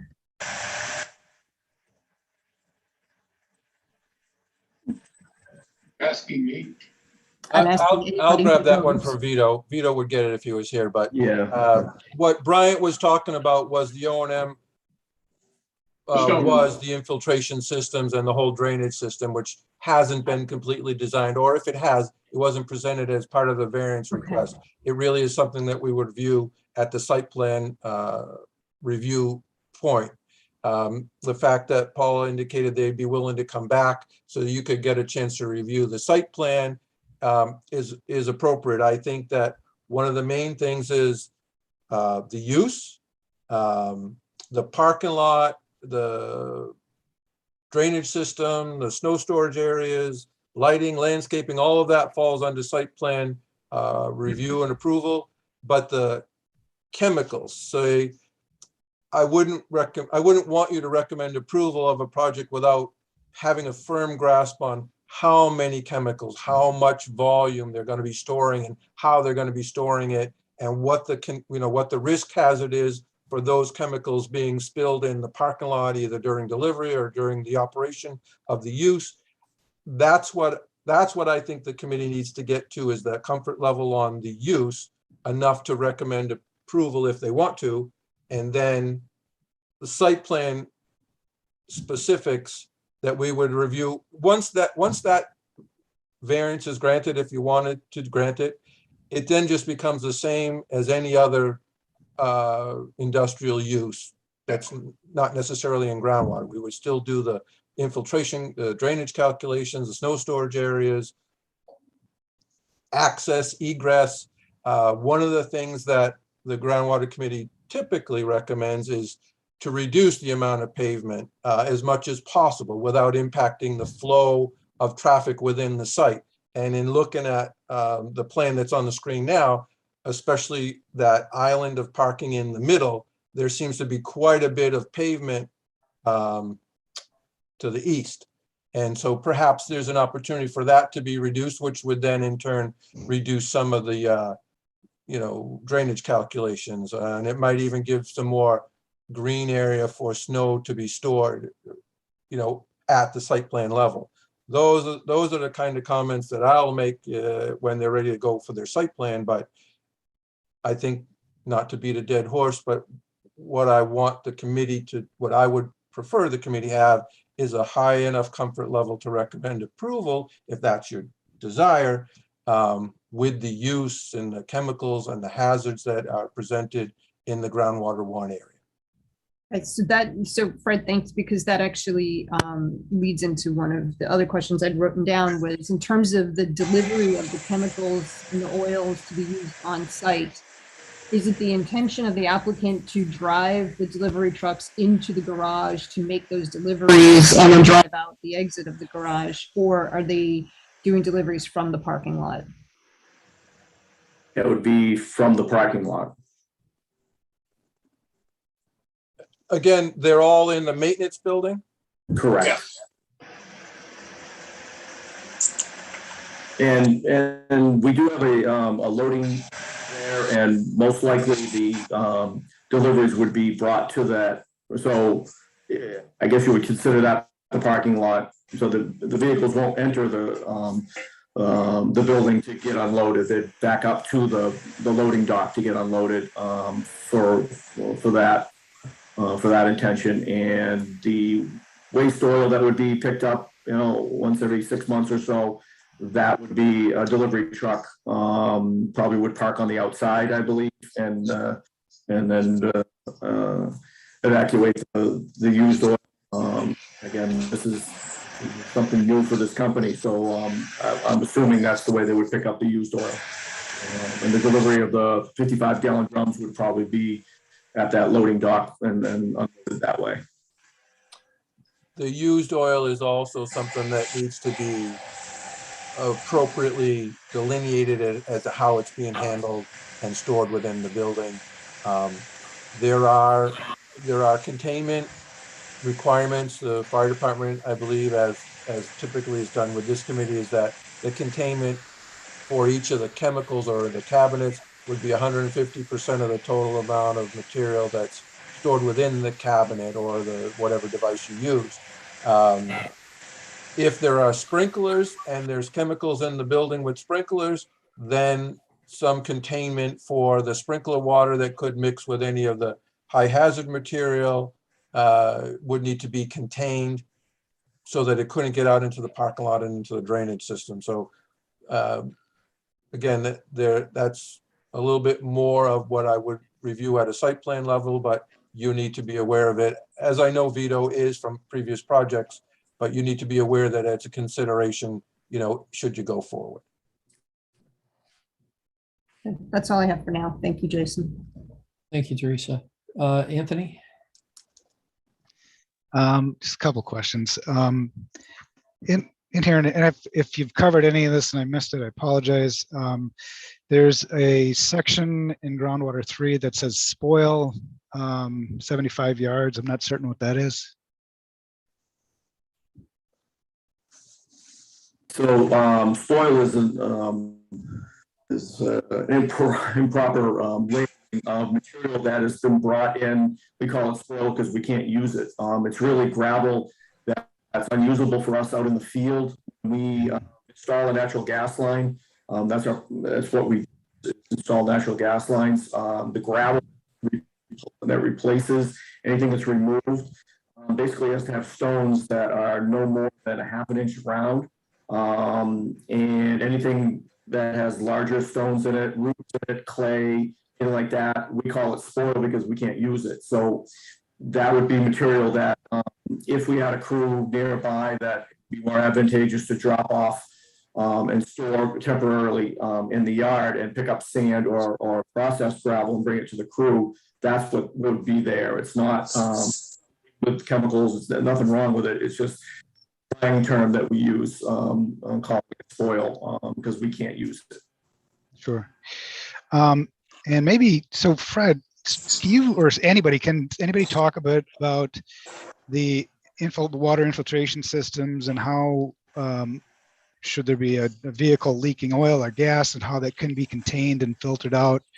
I mean, even before getting to the basin? That is typically reviewed as part of the site plan.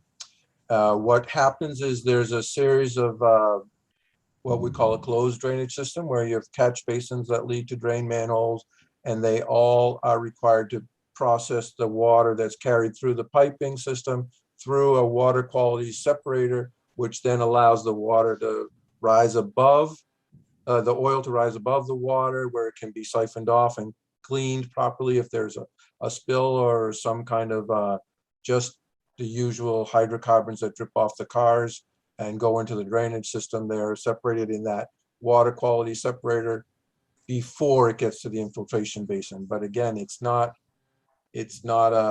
particular to a groundwater issue. It's something that we review in all parking lots and all drainage systems. And then you'd mentioned you'd like to see a berm potentially around, is that for containment purposes? Yeah, as you go down the road, you see that we have curbing. Some places it's granite, some places it's made out of asphalt, and it acts as an edge along the side of the road and allows the gutter, the water to flow along the gutter to get to the next catch basin. By having that around the perimeter of the paved surface, it allows nothing to shed off of the parking lot, which could carry any contaminants that are in the parking lot or any kind of spill that might drip off, even drippings off of vehicles. It happens with new cars, old cars, doesn't matter. That allows them to be contained. And so when the water is, when it rains, the water carries some of that stuff to the drainage system, and then it goes through the water quality separator as opposed to just sheet flowing off of the parking lot. So my recommendation is that there be a berm around the limits of it to contain it within the drainage, within the paved surface. And then for the applicant, is all this L parking, I assume, is for Lamy Automotive? Yes. Okay.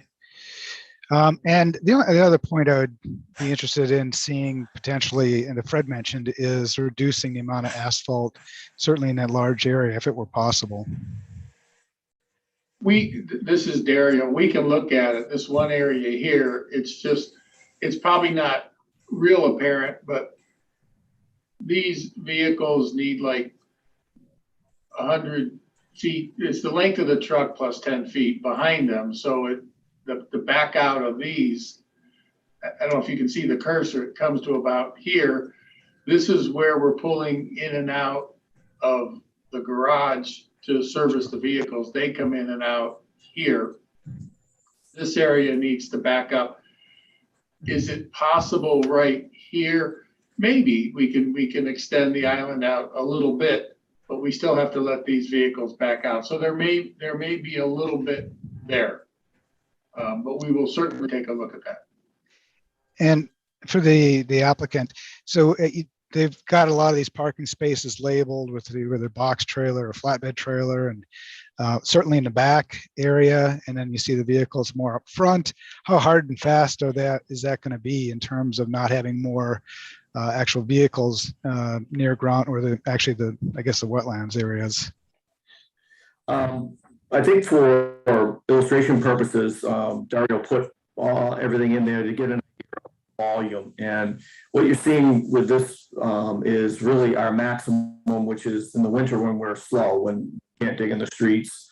So that's when trailers that are normally left on site and not back to the they are brought here because our people are basically laid off for February. So that would be the worst case scenario, is having all those trailers in there. So as far as vehicles go, there's really going to be a lot more trailers than there will be vehicles. Any vehicles that are going to be stored on site for any period of time are going to be extras, perhaps a spare dump truck, a spare crew truck, a runner's truck, that kind of thing. Everything else is really going to end up being one or two pieces of equipment, a backhoe, that kind of thing, skid steer. Everything else is trailers, because that's how we go about our business. All our crews are out on the job sites. They don't come to the yard first. Only our runners do and our supervisors do. And that's a general sense too. Half the time they go directly to the sites as well. So a lot of what you're seeing right now is what you're going to see during the summer. There's literally nothing there. It's going to be pretty much a ghost town other than 2 mechanics and a couple people in the administrative building filing through paperwork. So vehicle-wise, there is going to be a lot less than it sounds like. I know when you hear a construction company, that's all you think of is big pieces of equipment, et cetera, and that's really not what we do. Most of the equipment out on the street we don't own. We actually subcontract, and it stays out and won't be brought in or serviced in this facility. What we do own are trailers, and a lot of them, 123, I think at the last count. So not all of those are going to come here, but half of them, 45% of them, we rolling through here for maintenance and brought back out to the street, and that's where that plan is showing a lot of the trailers. That's what that's showing, is when we do service them, which is in the winter when they're not being used, them sitting there waiting to be serviced and inspected, and then brought back out. And Rick, correct me if I'm wrong, but just for everybody else's, just clarity or edification, most of these folks take their work vehicles home, so they don't even park them here overnight, and they go directly to the job. And you would think that every employee doesn't come here in the morning and say, where am I going to work? They get sent their mission electronically, and to get supplies and equipment, that's what Rick was referring to as a runner. So the runner may come here and park his car and then take the truck back and forth, dropping off gravel or pipes or valves or tools. But these guys, even though there's a whole bunch of guys, they're not coming here, dropping off their car, picking up a truck. Their truck is parked in their driveway at home, and they just go do the job, especially if the guy lives in Worcester. There's a job in Shrewsbury, he won't show up, or he'll go to Shrewsbury, he'll do his work for the 8 hours, he'll go back to Worcester, and you'll never know he was here. But in the winter, when everything's shut down, we tried to show you both, because I think sometimes if we show you this, yeah, there's worse. That's everybody's here, everything they own is parked, and it's unusual, but it could be the middle of February. But we also want to be 100% honest and transparent about how we operate. But you'll sit here and say they must be going out of business if you look at it at 2 o'clock in the afternoon, on a Tuesday. You'll say, where is everybody? And the Devereaux are real happy if there's no one there, because it means they're out making money doing the job. Okay. And I think lastly, I noticed there's a couple vacuum trucks. Can you say what those are used for? Those are vacuum excavation vehicles. Right now, there's a big trend with the gas company because of recent events, we'll call them. The anniversary was yesterday up in the Lawrence Merrimack Valley. We excavate in an area where there are extra sensitive materials in the ground or utilities in the ground. The vacuum truck is really something that is basically what it sounds like. It's a very noisy, very loud truck that actually draws up the gravel without having to put a backhoe or dig or shovel, and that way we don't damage any utilities below ground. So it basically draws in all the material and safely excavates. That's really what those are for, and they're out virtually every day in and around areas. We actually expose gas mains so that we know the depth of them, and gas services, so we know the depth. So when we're digging, when we come up to it, we have to be at a certain depth to go underneath it or over it based on where it is. Plus, we don't want to, and we want to make sure that all the markings that are in the street are correct. So that's what we use is a vacuum truck to draw out all the materials. Okay, thank you. That's all I had. Thank you, Anthony. If I could just kind of step up a level here. If I understand correctly, Fred, the applicant is going before the ZBA to request a use variance. The use variance is for the accessory use of engine repair and maintenance. And what the applicant is proposing to do here is to construct the maintenance building in Groundwater 3 and conduct all the accessory use activities inside that building However, some of the vehicles that will be repaired will be temporarily parked in the groundwater 1 area or will transit across the groundwater 1 area in and out of the maintenance building. And it's that concern that requires the use variance from the ZBA. Is that correct? Yes. Okay. And so for purposes of this decision, with respect to that use variance, whatever recommendation we make is concerned specifically with the maintenance aspect primarily.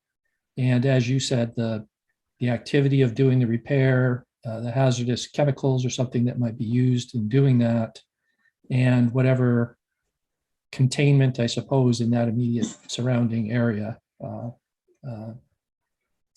And the purpose of proposing this organization on the site is because the maintenance activity is permitted in groundwater 3. That's why the maintenance building is being located there. And so it's this incidental incursion, I guess, into groundwater 1 by the vehicles that will be serviced that is the concern that requires the use variance. Okay, so if we make that consideration and provide a recommendation with respect to that aspect to the ZBA in their decision process regarding the use variance, we still have a future engagement with this applicant for the broader site plan analysis and the other considerations that have been raised by some of the board members. Yes, theoretically. In my opinion, you would need to include that requirement for them to return to you to review the site plan as if a special permit was required, or you require them to still get the special permit, but you would want to put some controls on the amount of chemicals and the fact that they're only stored in the maintenance building and not in the administrative building. Some details around that should be, I assume, specified in your recommendation and then hopefully upheld by the Zoning Board of Appeals. Okay, I guess from my perspective, there's a lot going on here on this site, a lot of different considerations like impervious area coverage, proximity toward the infiltration basin of some of the other vehicles or containers being positioned there, the location of the snow removal, where that's being deposited. I don't think with the information I have right now that I'm prepared to arrive at any decision that is like a comprehensive or complete or only review and decision that I would be comfortable with. So I guess I'm trying to understand, are we able to kind of narrow the scope of consideration and make a decision with respect to that in order to make a recommendation to ZBA with respect to the use variance and still have an opportunity at a later time to review the other considerations for the overall site? Well, I mean, that's up to the members of the committee. I would say that as a minimum, you would want to quantify the exact amount of volume of chemicals to be stored on site. And I'm assuming we're comfortable that a requirement that they're only stored within the maintenance building, but then how they're stored would be appropriate before you finalize your recommendation. I do have one other question I wanted to pose to the applicant. If you'll just indulge me with one more question. In reviewing the narrative, I think it's the third paragraph indicates that the parcel has existing contamination from prior tenants or the owner or industrial uses. And I wondered if you could just expand upon that as to exactly what kind of contamination you're referring to there. Is it just failing septic systems, or is it, what exactly are you referring to? If that's, I don't know if that's for Rick or for Paula or for Dario. No, I can answer that. There is existing contamination that came out of where the administrative building is. It's not, there was prior, there was a leaching field. This property used to be used for electric circuit manufacturing. And there was a environmental spill here many years ago. It's been, in fact, I don't think I have it with me. And this property is under, it's called, it'll be under remedy operation status under the mass contingency plan, and will be subject to attenuation to clean up the area. It's behind the administration building and in front of Lammy's Automotive. So it is within the Groundwater 1 district, Okay. but Devereaux Corp will be undertaking the cleanup in all of the, well, not necessarily the cleanup because it was cleaned up, but will be undertaking all the reporting obligations that go forward and testing obligations that go forward after that. So are you under, if you don't mind, Jason, are you under a administrative consent order, or are they under some direction as to what's happening there? There's no current administrative consent order.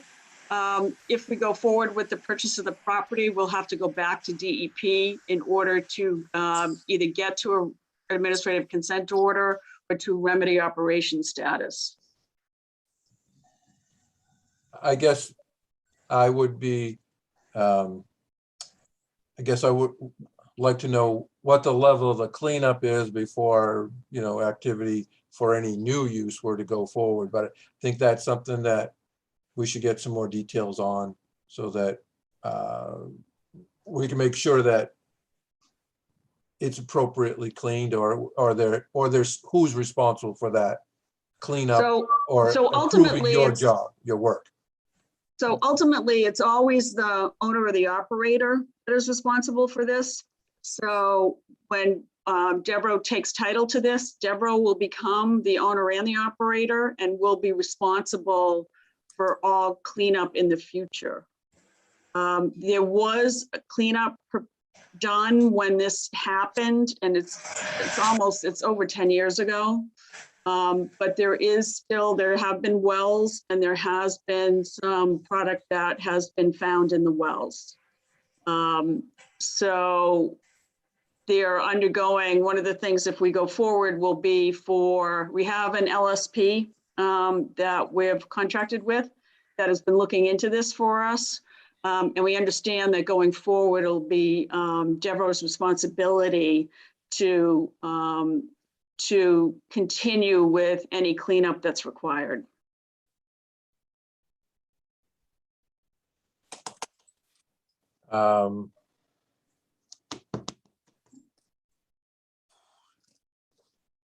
Not quite sure how to advise the committee on what they would want to have for confirmation that the cleanup is done before the site is renovated into something new, I guess. Is it the intention to clean up while you're building your site? So what happened is there was treatment that was done when there was a spill. What happens going forward is they think that with the passage of time, that the level of the chemicals naturally dissipate in the groundwater. And there's been no evidence of any spread. And so the cleanup was done at the time, but it's not 100% cleaned up. So anything that Devereaux does here is gonna help that, because Devereaux will be responsible for monitoring it. So what happens now is what's called remedy operation status. Is it stays as is, and it's monitored yearly or twice a year to make sure that nothing is spreading and that there's nothing new. And that while that happens during that remedy operation status, it's what's called natural attenuation, and the environment cleans it up itself with time.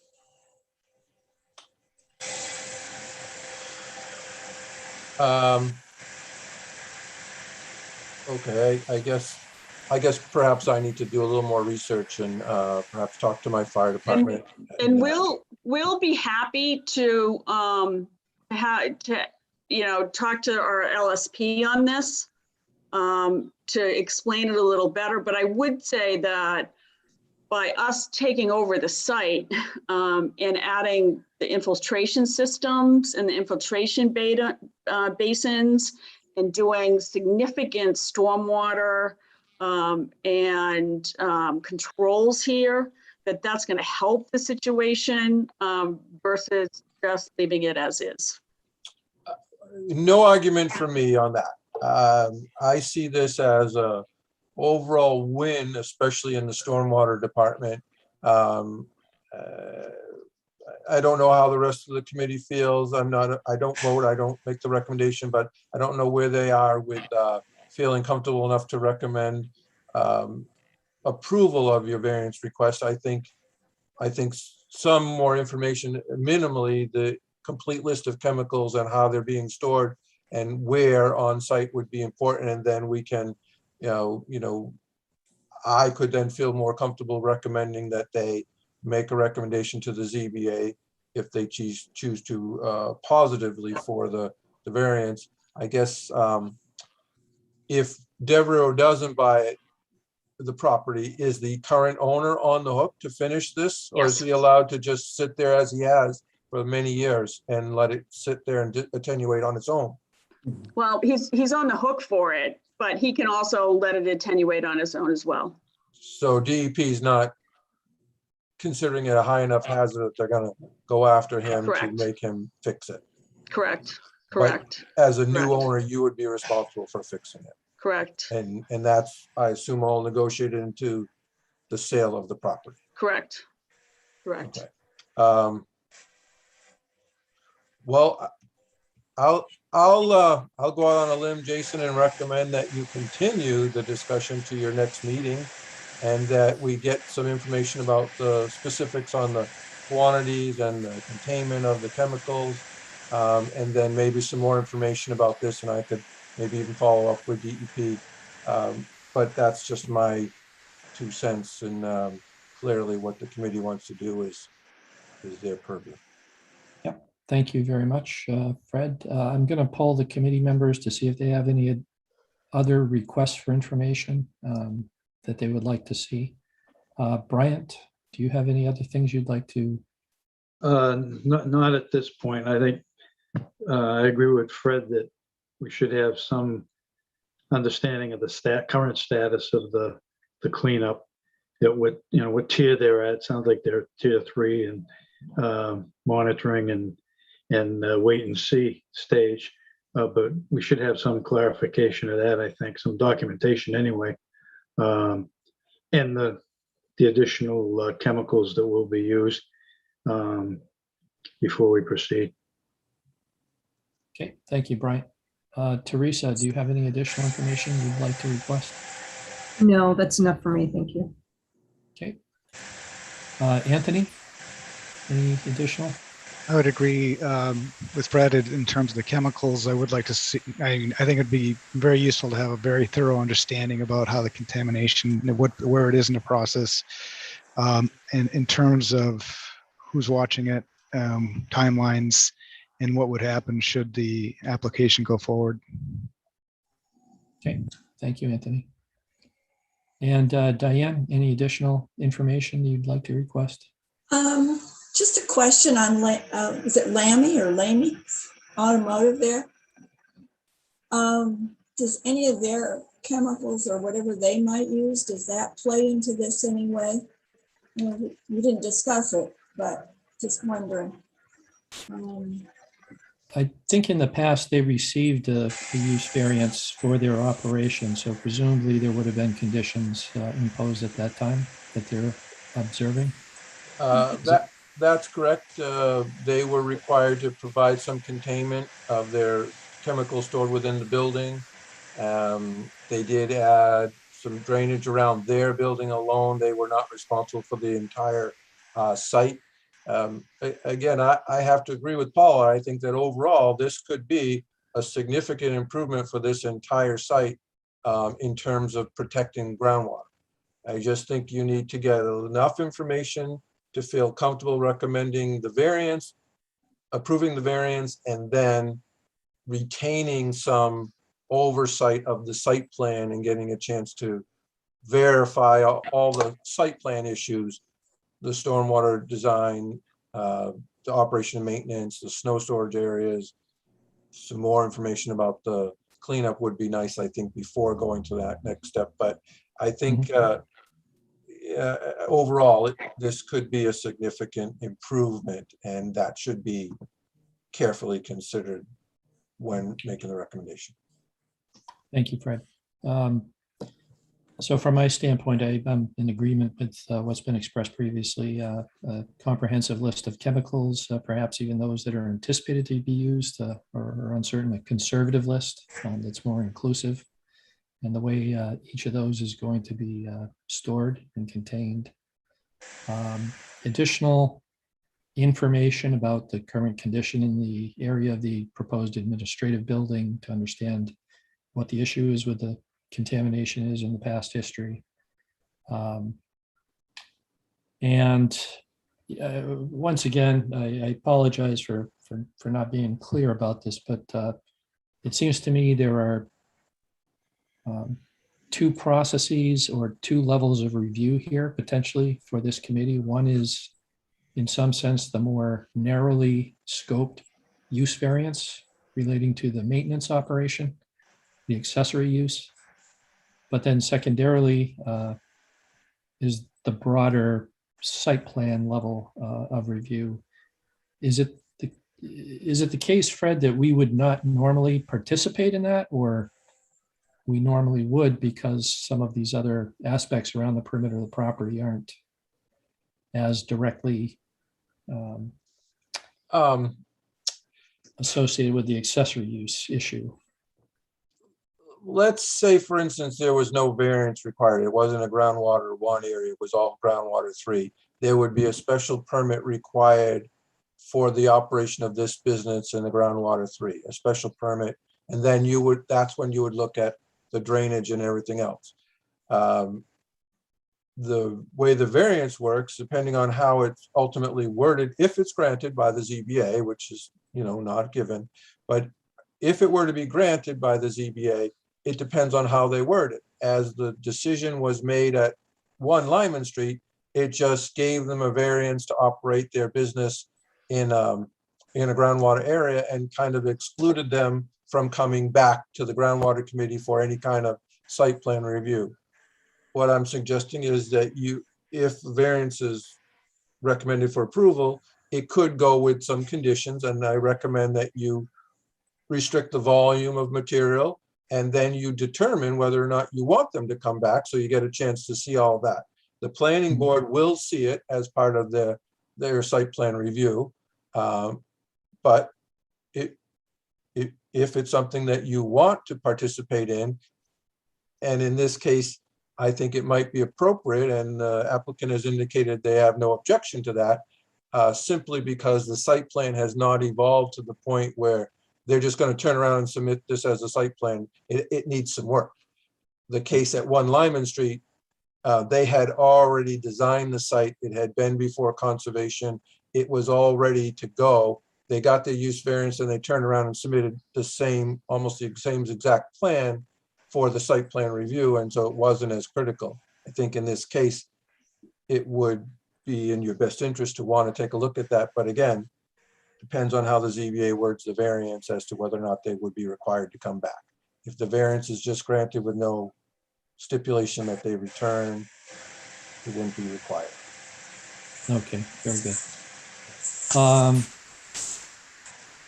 Today is September 14th. Our normally scheduled meeting would be the second Tuesday, which in October would happen to be the day after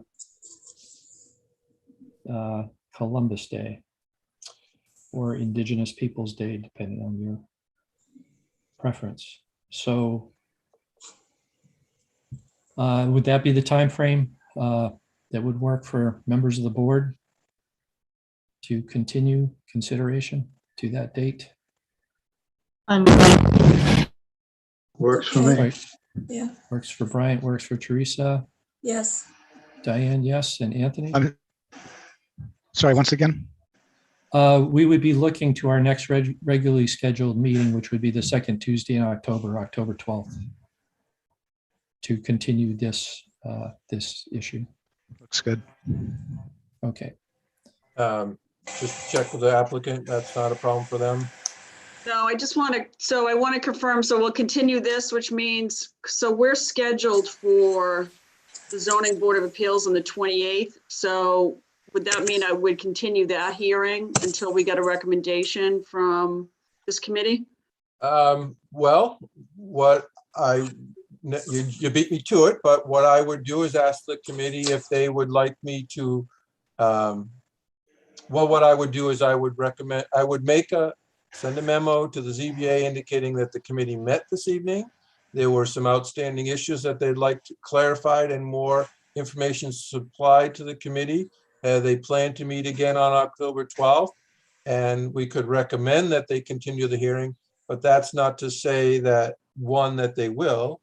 It's also not to say that you couldn't present your case to them as well and at least bring them up to speed on what some of the issues are and get some feedback. That will be a public hearing, and there will be abutters at that meeting which are not present tonight. We are not required to because we're advisory committee. Depending on what the letter from the committee is, we'll talk about it in a minute. You could then opt to make a presentation to the ZBA and agree to the extension. They'll have to extend. Their next meeting would be the 4th Tuesday in October. Or you could ask them to vote regardless of what this committee recommends. I'm not necessarily sure I would encourage that, but you could do that.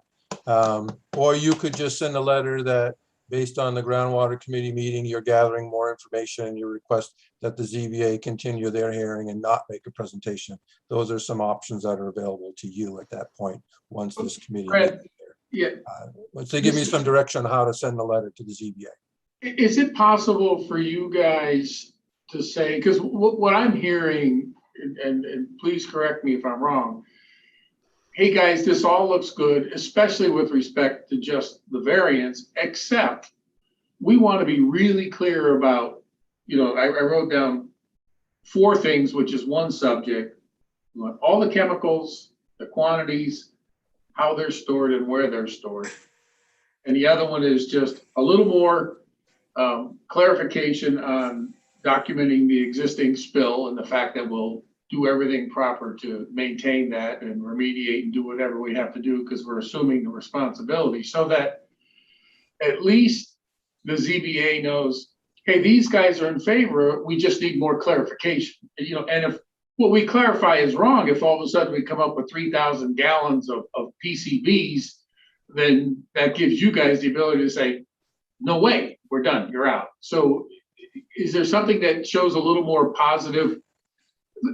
I've seen a lot of approvals with contingency. So if you say we recommend this contingent upon these 3 or 4 things, because there's nothing here that you've asked us for that we don't want to give you and would be happy to give you. It's just a matter of time. And I'm only doing it at the same time where if you say we recommend it contingent upon this, then you guys could write that. And at least the ZBA knows, hey, they're on board as long as they keep their word and comply with everything. Because again, and coming back to you, no problem at all, because we don't want to not come back or not do anything we're promising to do. We just don't want to drag it out months and months and months. Is if there's a way to make that happen, because there's nothing that you guys have asked for that, and Paula or Rick, correct me if I'm wrong, that we can't, won't, or don't want to do. They all make sense. Everything you asked for seems very fair and reasonable. So we're 100% on board. Is there a way to do it quicker where you say, we recommend they get the variance contingent upon these 5 things or whatever they happen to be, or 10 things? Is that possible? I think through the discussion we've had this evening, I don't know that the board members are very comfortable voting a recommendation that we would provide to the ZBA in advance of having some of those questions answered and some of that information in front of us. I can check with the board members and see what their feeling is. I was saying contingent upon them. Yes, I understand what you're saying. Okay, okay. Bryant, what's your feeling? Good question. I think I would be comfortable with, I mean, it's, if they're willing to accept the role of the responsible party for the 21E issues, that puts them on the hook. So I'm just concerned about knowing exactly where they stand in that cleanup. So contingent upon that, that would be fine. And it'd be up to Fred, I think, on how confident he is about the materials stored on site. I agree that's important, but I think that can be easily addressed. Okay, thank you, Brian. I would entertain a contingent approval. Okay. And again, this is focused on the accessory use variance aspect of this overall. Yes, with the contingency that they would come back, or a request to the ZBA that they come back during the site plan process, just so we can see it. Very good. Thank you. Teresa? I would be inclined to agree with Bryant on that. I do think that we do need the information regarding the additional chemicals and you know, the related information for that.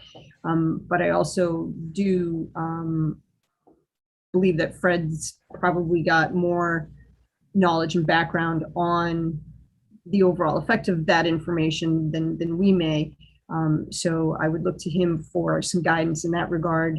I would be willing to allow this with or contingent upon the receipt of that information and the 21E information as well. Although my understanding of 21E issues is, as Attorney Devereaux has indicated, which is once they own the site, this problem is theirs and they've got to deal with it as the new owners. So, you know, I don't think that while I'm concerned about the fact that there is a contamination area over there, the fact that it's been under DEP's eyes and under their watch for some time, and they've had probably some investigation and some rulings already issued on it, gives me a little bit more of a comfort based on what I know about the laws under 21E. So I'm not as concerned as maybe some others are in that regard. But I also think that this problem improves the groundwater overall. I mean, not problem, sorry, this project improves the groundwater overall. And, you know, our goal as the advisory committee is to make sure that that does in fact happen if it's possible. So I guess that's my long-winded answer to say, yes, I'd be willing to give it contingent approval. Okay, thank you, Teresa. Where did everybody go? I'm sorry, my video's shifting on me. Diane? I too would go on contingent approval. I'm sorry, you said you would be comfortable with that? Is that right? Yes. Okay, thank you, Diane. Yeah. And Anthony? I, for one, would not be comfortable. I'm not comfortable with these kind of incremental approvals where they half get approved and then there's not all the information is available for the granting authority to make a decision. So I would be inclined to not do that. Okay, thank you. I think I am of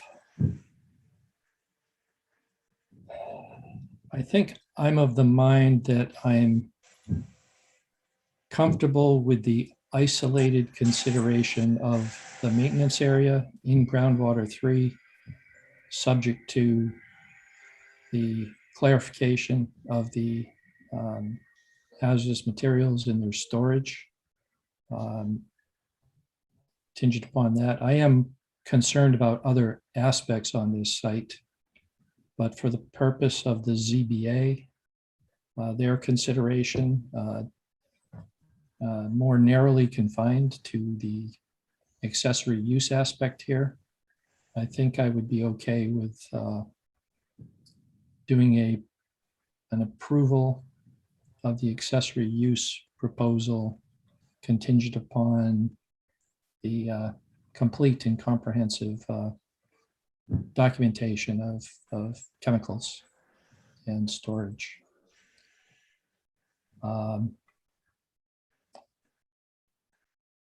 And I would add, along with that, some condition or recommendation that the applicant come back before this committee as part of the continuing process to review the broader aspects of the overall site and the other areas of the site that are of concern.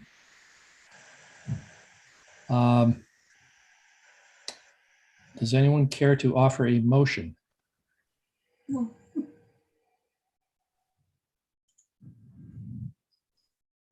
sorry. What you just said. Well, I'm not sure what I just said. I expressed my opinion in terms of the language of a motion to recommend approval with conditions as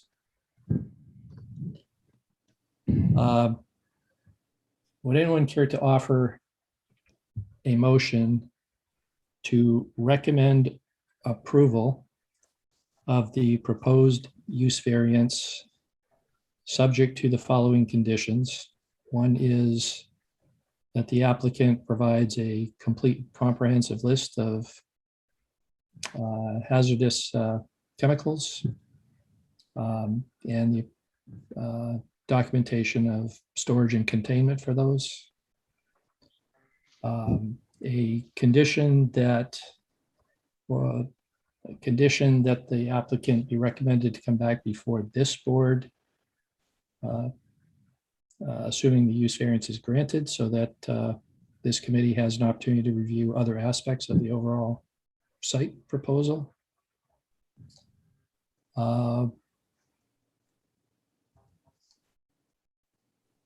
And Fred, can you suggest other conditions that I can and will. Overlooking with respect to the use variance? Yes. Just want to get a little clarification because I now have to write this memo. Right. One is the approval with conditions, and the first condition being the comprehensive list of all chemicals and the methodology for containment.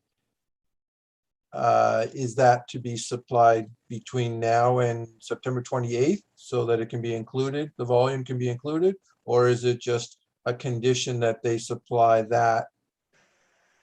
What I was hoping for in the beginning was an actual number that we would say it shall not exceed, but it doesn't matter if it's 155 or 255, provided there's the adequate containment. So I'm not sure where you're going with your recommendation on that first condition. In that regard, I don't have any metrics to suggest what would be a suitable limitation. Okay. So we could just say they shall quantify, which is basically covered if we go to the next condition and say, instead of saying they return to the board, we just say they adhere to all requirements of a groundwater special permit as outlined in the bylaw under whatever it is, section 707.010 D2, whatever would be required in the groundwater 3, and that all chemicals be stored within the maintenance building as shown on this plan, and no chemicals to be stored within the administrative building as shown on the plan. That kind of pushes everything automatically into groundwater 3.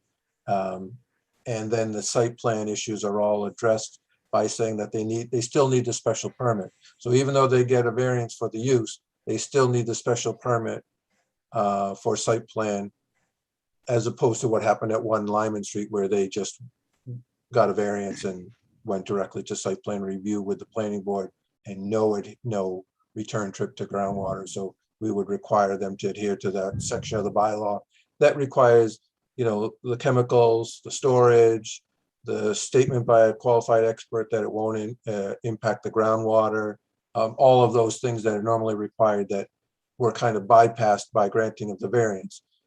While it was appropriate on 1 Lyman Street, I don't think it's appropriate here. So having them return to get that special permit, you're just basically saying the use is okay as long as it's all on the groundwater 3 portion of the lot, and then they get a special permit as if the whole property was in that groundwater 3 area, and list the chemicals, containment, impacts, drainage, all the stuff. So is that what you're trying to say?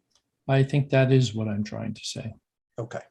So then, I guess if you wanted your motion to read, recommend approval with of the variance, provided the following conditions are met, that all chemicals are properly quantified and contained within the maintenance building in groundwater 3. And then another condition that says they adhere to all of the requirements and obtain a special permit under groundwater section. I think it's listed in my memo. I don't have it off the top of my head, but 707.010.D. well, there's D, that's the requirements for submission. And then the next statement, number 10, is 707.010.D3C 4 and 5, which talks about the actual special permit that you need to get. So you would need to get those in accordance with that. And so it takes you off the hook from giving us the actual list of chemicals. You'll need to provide it later, but we're telling you that you have to provide, appropriate containment for every ounce of chemicals, and that there's no, there'll be more conditions at the special permit level as well. And then there would be another condition that says, is the committee's concern about the 21E that it be completely resolved before taking on the rehab of the rest of the site, or can it be done in conjunction, or not quite? That's the part I'm not quite clear on how that works. I know that they're responsible, but whether they're responsible before they set up their operation or, 2 years down the road, how does that work? I think through the chair, Fred, I think that the transfer of property, that's when you become the new responsible party. You're identified as the RP, and you're on the hook now. Well, I get that. In addition to the sale of the property. I get that they're on the hook, but and that's the last owner was on the hook too, but he didn't do anything. That's all my concern. I mean, that's all we could ask. I mean, we can't ask them to go beyond that. I wouldn't be asking everything Pizza says. I'm just looking for clarification as to when does the ultimate conclusion of that take place? I mean, is it immediately before they do anything else on the site, or is it because the last owner was responsible? He was on the hook because he owned the property, but he didn't do anything. And what kind of time frame is associated with that cleanup, completing that cleanup? And is that us or is that DEP? Forever. Well, there must be Seriously, some. it could be many years. Yeah, they could close it out. You could get a certificate that it's completed, but my concern was just making sure that transfer occurred. That was part of the deal to buy the property, that you inherited the applicant's willing to inherit the responsibility for the whatever. I guess Dario, could you please discontinue sharing? And I'll be able to see everybody's face here. I guess, Brian, that leads me to another point that we might want to address in the recommendation is that the variance be for this applicant only and not be granted to the property in general, so that in the event that Devereaux doesn't buy the property and doesn't become on the hook for the 21E cleanup, that the applicant, that the owner of the property doesn't get a pass on the variance. And I believe that the ZBA has the ability to limit that. Yeah, the variance runs with the owner. I think it has to be called out in the decision, but that would be part of the recommendation that the Okay, ZBA. yeah. Okay. Perhaps one of the attorneys could confirm that for me. Confuse us more. Well, maybe. We don't have far to go. I don't. Teresa, you have something? Thank you. So Fred, my understanding is that, as has been said, the problem runs with the owner / operator of the property. So right now, the current owner is on the hook for the problem. And if DEP believed that the owner was not doing something that it should be doing in terms of remediation, they would be stepping in and there'd be an enforcement action against the current owner. They must have done some remediation at some point to get to the status that they're at now. And DEP is probably comfortable with that status at this point. Once the property transfers ownership and the ownership and the operation goes over to Devereaux, they're going to be on the hook for it as well, and they'll need to comply with all of DEP. I don't know that the town has standing to enforce it. The best I think the town could do would be to let DEP know that there's an ongoing concern and that they should maybe reopen the file or look into it some more. And I'm sure Attorney Devereaux will tell me if I'm off base on that, but I'm pretty sure that they're going to have this obligation. But a lot of DEP sites never get clean.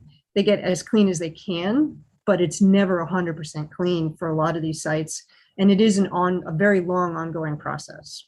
I understand that monitoring wells are generally required for a very long time, and that they quite often require annual checks on the water testing to see that it is either resolved or going in the right direction, if you will.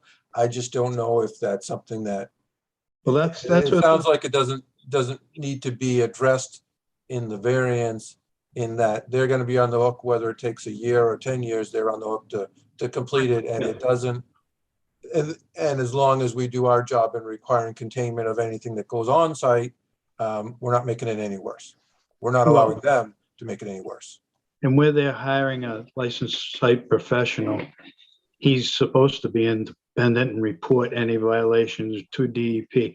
So that's a step in the right direction. Now, I mean, it sounds like they don't have the current owner may not have a licensed site professional overseeing it.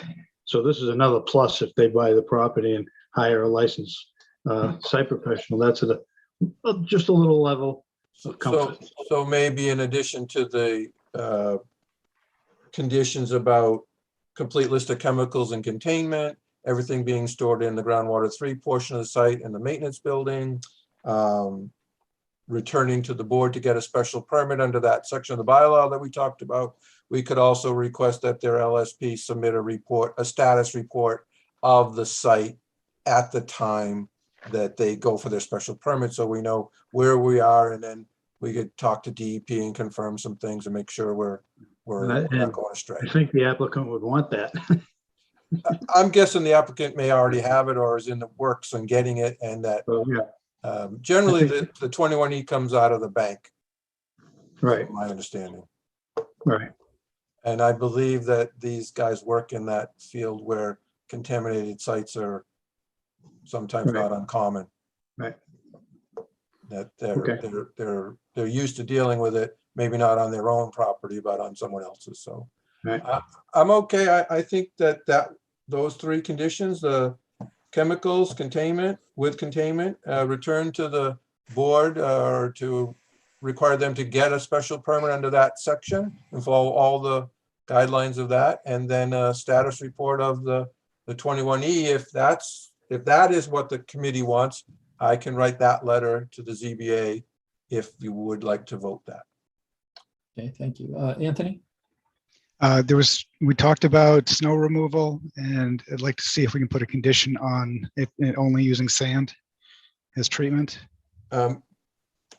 Jason, if it's okay with you, we could do that. I think that that's one of those site plan issues that would come up as part of the, Okay. operation and maintenance plan. You give them a Yeah. chance to submit their O&M, indicating that sand is all that could be used, and then we would approve it with that O&M plan. And we may also, and part of the O&M plan would be sweeping of the parking lot, whether it's a vacuum sweeper or something else.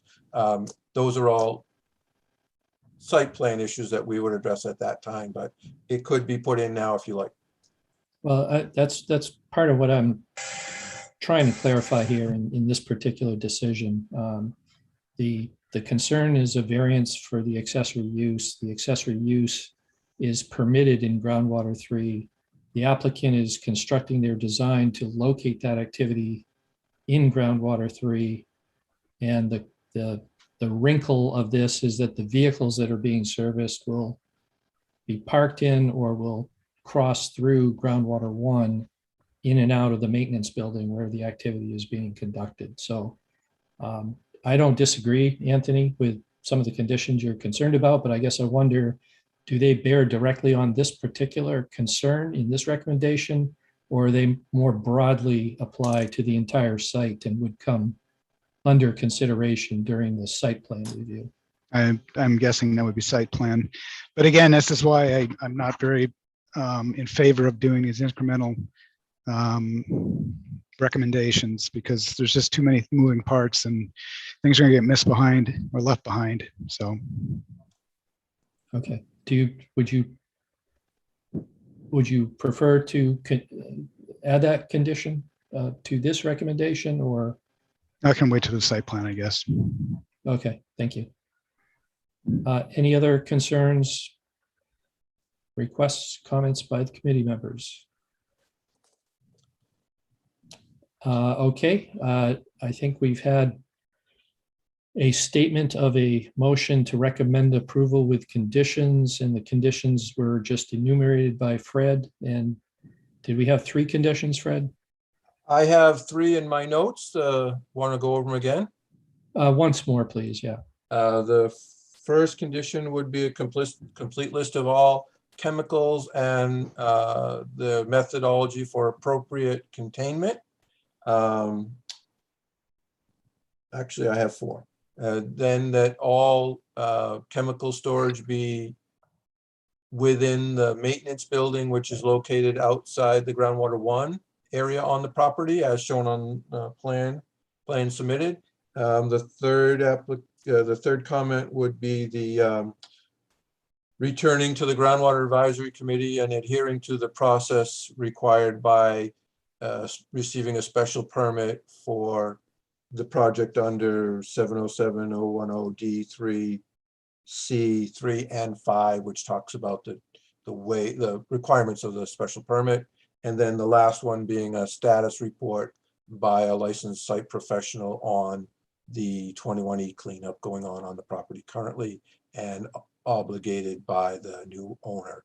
And do we need to recommend to the ZBA that the variance be to this applicant only and not to the site? Yes. Yes. Okay.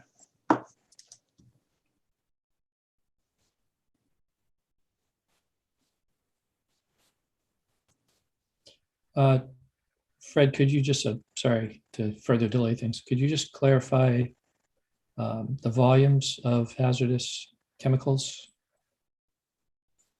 We weren't specifying a specific number. We weren't. You could put a ceiling on it, but since I think the list of chemicals that they submitted may not be complete and that they may want the flexibility to add some more, which I would be okay with as long as there's proper containment for whatever is added to the list. But if the committee would feel more comfortable with a limit on the total amount of volume, I don't know what that number would be. Again, my opinion is as long as it's in a proper containment and there's no floor drains, and which would be a site plan issue, and it can't spill out into the parking lot, and then as long as all the chemicals are stored within that groundwater 3 area and all the chemicals are listed and they're in the special permit that's issued ultimately, if it is, and they're in proper containment, whether there's 100 gallons or 200 gallons or 500 gallons, I think might not be relevant. But if the committee would feel more comfortable with a upper limit that is acceptable, then that could be put in there as well. Right now, I think I didn't tally it up, but there was a list on there. But again, I think if they were to think about it, they might come up with a few more chemicals, whether they're in small containers or not, that would add to that volume. And if you require a variance to be a stop at 155 gallons, and then they need 5 gallons of windshield washer fluid or something that wasn't thought of today, but could be explored by going through the special permit site plan process, then they might have to come back and ask for an amendment to the variance, which could be potentially a little bit silly. But if there's an upper limit on the number that the committee wants, I'll put that in the letter. Any proposals by committee members? Let's not overthink this. I agree. Let's not overthink this. They've got to contain whatever it is they have on site, and they're not going to make it so that they've got, 10,000 gallons of something, because it's going to take up all their workspace to contain it. So I don't think we need to. My guess is that list is not going to expand significantly in terms of volume. But if they think about it, they may come up with a few more things that they didn't think of initially, because the list really just contained oil, which I'm sure was the bulk of what they thought you would be concerned about. But knowing that there'll be a hard and fast limit on what can be allowed, and that we will have a chance to review it and perhaps reduce that amount if you're uncomfortable with it at the special permit level, I think that gives you the assurance you need to go forward. But again, it's up to you. That's fine. I think I'm satisfied. Any final comments, questions? Hearing none, do I have a motion from a board member?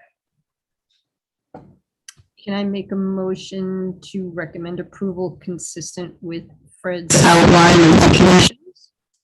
I'm sorry, you had a burst of activity on your volume control there, Teresa. Could you repeat, please? Oh, sorry. Can I make a motion to recommend approval contingent upon the 5 items set forth in Fred's list of conditions? Yes. I have a motion from Teresa Capobianco. Do I have a second? Yes, I have a second from Diane Goldner. This is a roll call vote. Diane, yes, Bryant, Yes, Anthony, No, Teresa, Yes. and I, Jason Perot, vote yes. So we have a recommendation to approve with conditions. And I suppose you remain on schedule for the ZBA meeting later this month. All right, thank you, and we will be back. Okay, very good. Thank you all. Thank you. Thank you all very much. Thanks. Appreciate it. The next item of business is review and approve minutes of May 12th, 2021. You had a copy of those minutes submitted in your packets. Do I have a motion? I would make a motion to approve the minutes from May 12th, 2021. second. And I have a motion from Teresa Capobianco, a second from Brian Furman. Any discussion? Hearing none, this is a roll call vote. Diane, yes, Bryant, Yes, Anthony, abstain? Teresa, Yes. and I, Jason Perot, vote yes. And additionally, we had emailed to us the minutes for the Groundwater Advisory Committee April 13th to 2021 meeting. We would have considered those at the May 12th meeting, but I think there was a mail delivery issue with the packets for some members. They didn't receive a copy of the minutes for that meeting. They didn't receive a copy of the April 13 minutes when we considered at the May 12th meeting. So now we have the April 13th minutes. And I entertain a motion to approve. I wasn't there, so I can't make the motion. Right. Do I have a motion from Diane or Brian? Motion to approve the minutes of April 12th meeting, April 13th. April 13th meeting. I'll second it. Motion by Brian Furman, second by Diane Goldner. This is a roll call vote. Diane, Yes. Bryant, Yes. Anthony, Abstain? Teresa, Abstain. and I, Jason Pro, vote yes. So the minutes of April 13th are approved, 3 in favor and 2 abstentions. Next meeting date, October 12th, 2021. That's a Tuesday following Columbus Day, Indigenous Peoples Day. I think as we considered earlier, that seems to be a fine date for everybody, assuming there is business to conduct. Fred? I do not know of any applications at this point, but the deadline for filing with the ZBA is not for another week or two. So hopefully I will know. As soon as I do, I will confirm. I would ask that you all keep the second Tuesday of the month on your agenda. It's getting increasingly hard to schedule other Zoom meetings on other nights with a lack of hosts and the fact that you're all on different boards and committees. It was beneficial to us tonight because Teresa's Board of Health meeting was canceled, so we were able to start at 6. Otherwise, in the future, we may consider starting a little bit later so that she can attend both on the same night. Okay, very good. If there's no other business, do I have a motion to adjourn? Motion to adjourn. That was And a fast. second. Second.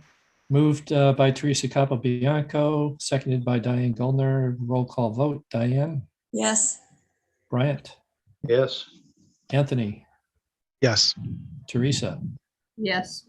and I, Jason Pro, vote yes. So motion to adjourn carries. So we are concluded. Thank you all very much this evening, and we'll see you at our next meeting. Thank you. Night. Good Good night. night. Thank you all. Thank you, Fred.